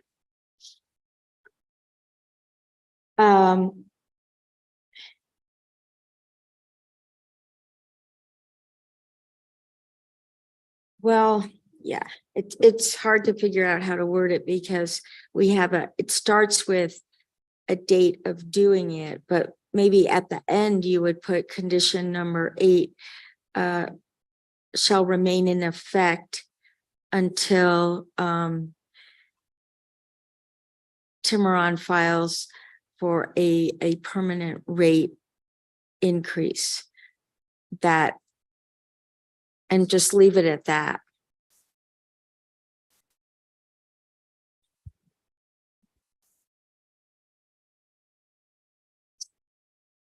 Yeah, okay, yeah, I appreciate that suggestion.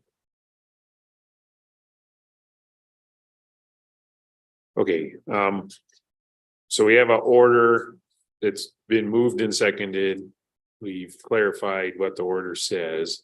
Is there any more question or discussion before we vote? Hey, Ms. Amer, I think Yes. you're ready for Okay. a vote.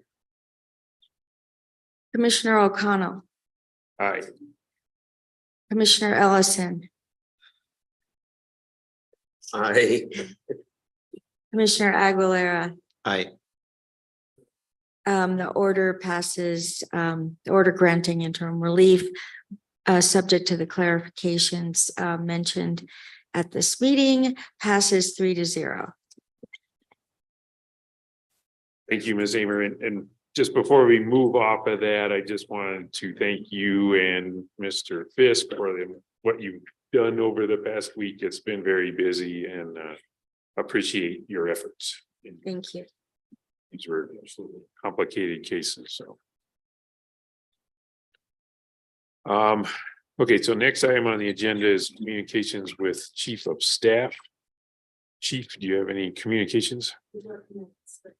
Over here. Commissioners, I just wanted to touch base regarding next week's meeting. It might be on your communications with commissioners, but I know 2 of you are on travel on Wednesday of next week. And so I did want to raise that as a cancel or reschedule question to you. Yeah, my question on that is, do we have any cases we know have statutory deadlines next week? I'm not aware of any, but I guess that's a question for OGC.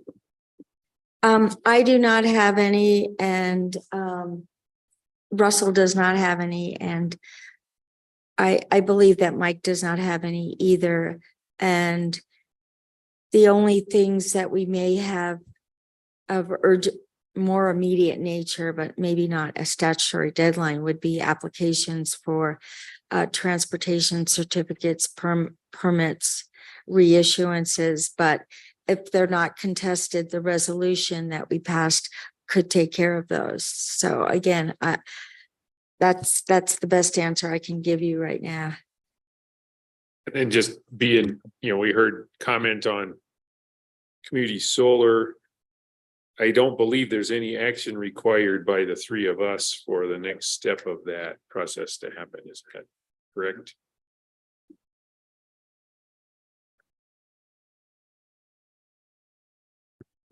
Mr. Chairman, I'm glad you brought that up. There are 3 complaints, but I think it's really 2 complaints, the ones that were filed on Monday, that I need to discuss with the commissioners. I mean, if It actually depends on which way the commission ends up going with the complaints, because I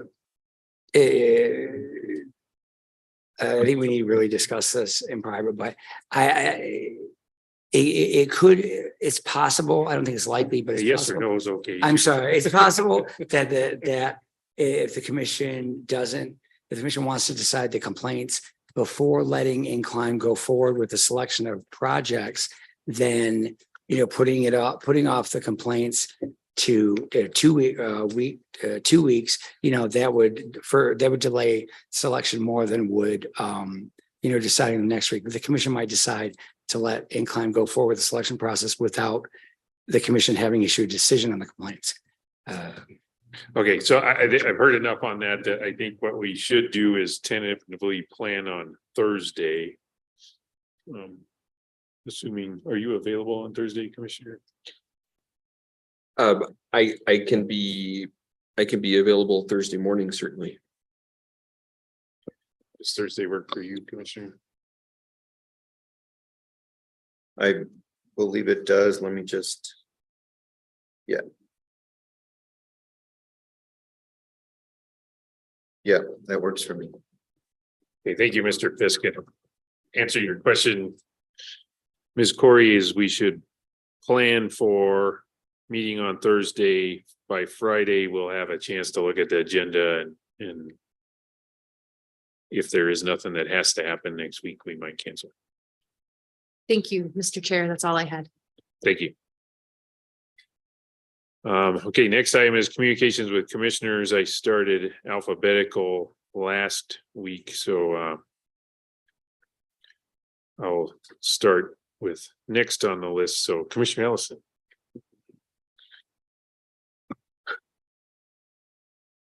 Well, I'll mention I plan to be out of state for 2 weeks starting May the 26th. I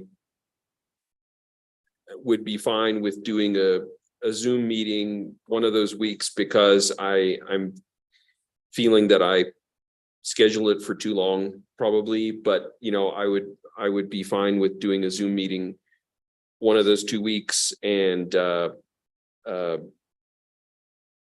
you know, I guess the other time we'll just do another test of having two of us at the meeting.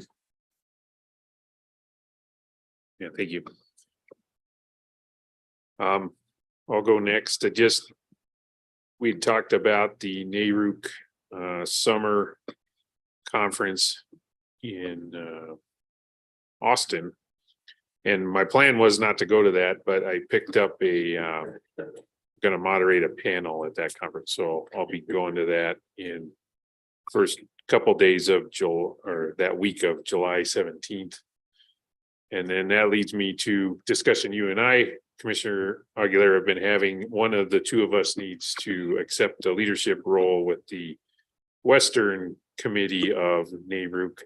I think we both started with no, and then we're both at yes at the moment now. So what got me to yes is I think I'm going to need to go to these NARUC conferences regardless.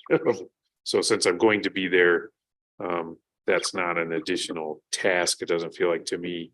And I also feel like maybe that's something that the chair should do. So that's the argument for me doing it. If you have a strong argument for you doing it, I'm happy to let you take that role. Well, I was all for doing it until I heard you now say that you wanted to. So I think if you would like to do it, that works for me. Okay, so I'll communicate with Western Conference of Commissioners that I'm willing to do it, and then unless there's shenanigans in the election, I think I'll get elected. So next, yeah, my father's from Chicago, so election shenanigans are part of my growing up. The next thing was I need to invite you, Commissioner Aguilera, to these MOU calls that we're having every Friday. They don't happen every Friday, but broadly what they are is a discussion of a group of commissioners from states that have climate policy. And discussion is focused on climate policy, but as you're well aware, most of the discussion at the moment is about the Markets Plus proposal. So the members of that MOU group want to make sure that New Mexico is contributing that conversation from both the climate policy point of view in terms of how can that succeed with a Markets Plus proposal. So I'm going to invite you to those meetings. They're 4 o'clock on Friday. And I think you're welcome to attend too, but 4 o'clock on Friday isn't my favorite meeting time. Question, if there's a possibility that 2 or 3 of you would be all attending at the same time, we would issue a notice of possible quorum. And if it's every Friday at 4, we could notice it, I think that way. Yeah, issue whatever notice you need to notice. I've seen other analogies of where we're at training or discussions and we're not talking about cases in New Exactly. Mexico. So whether we need to do that or not, it'd be out of abundance of caution, but Yes, we did that for the training that the commissioners attended this week. okay. Have you done it for the fact that Commissioner Aguilera and I will be at the same neighborhood conference next week? We will do that as well. Okay. So you'll get a meeting invite. You can choose whether to attend or not. I can tell you the commissioners from Oregon want you there. So it's nice to be wanted. Especially on a Friday at 4 o'clock. Yeah. Which is Friday at 3 o'clock for everybody but us. So Okay, thank you. Is it my turn? I actually don't have anything in addition, so. okay, so do we have any long-winded things we can do for another hour?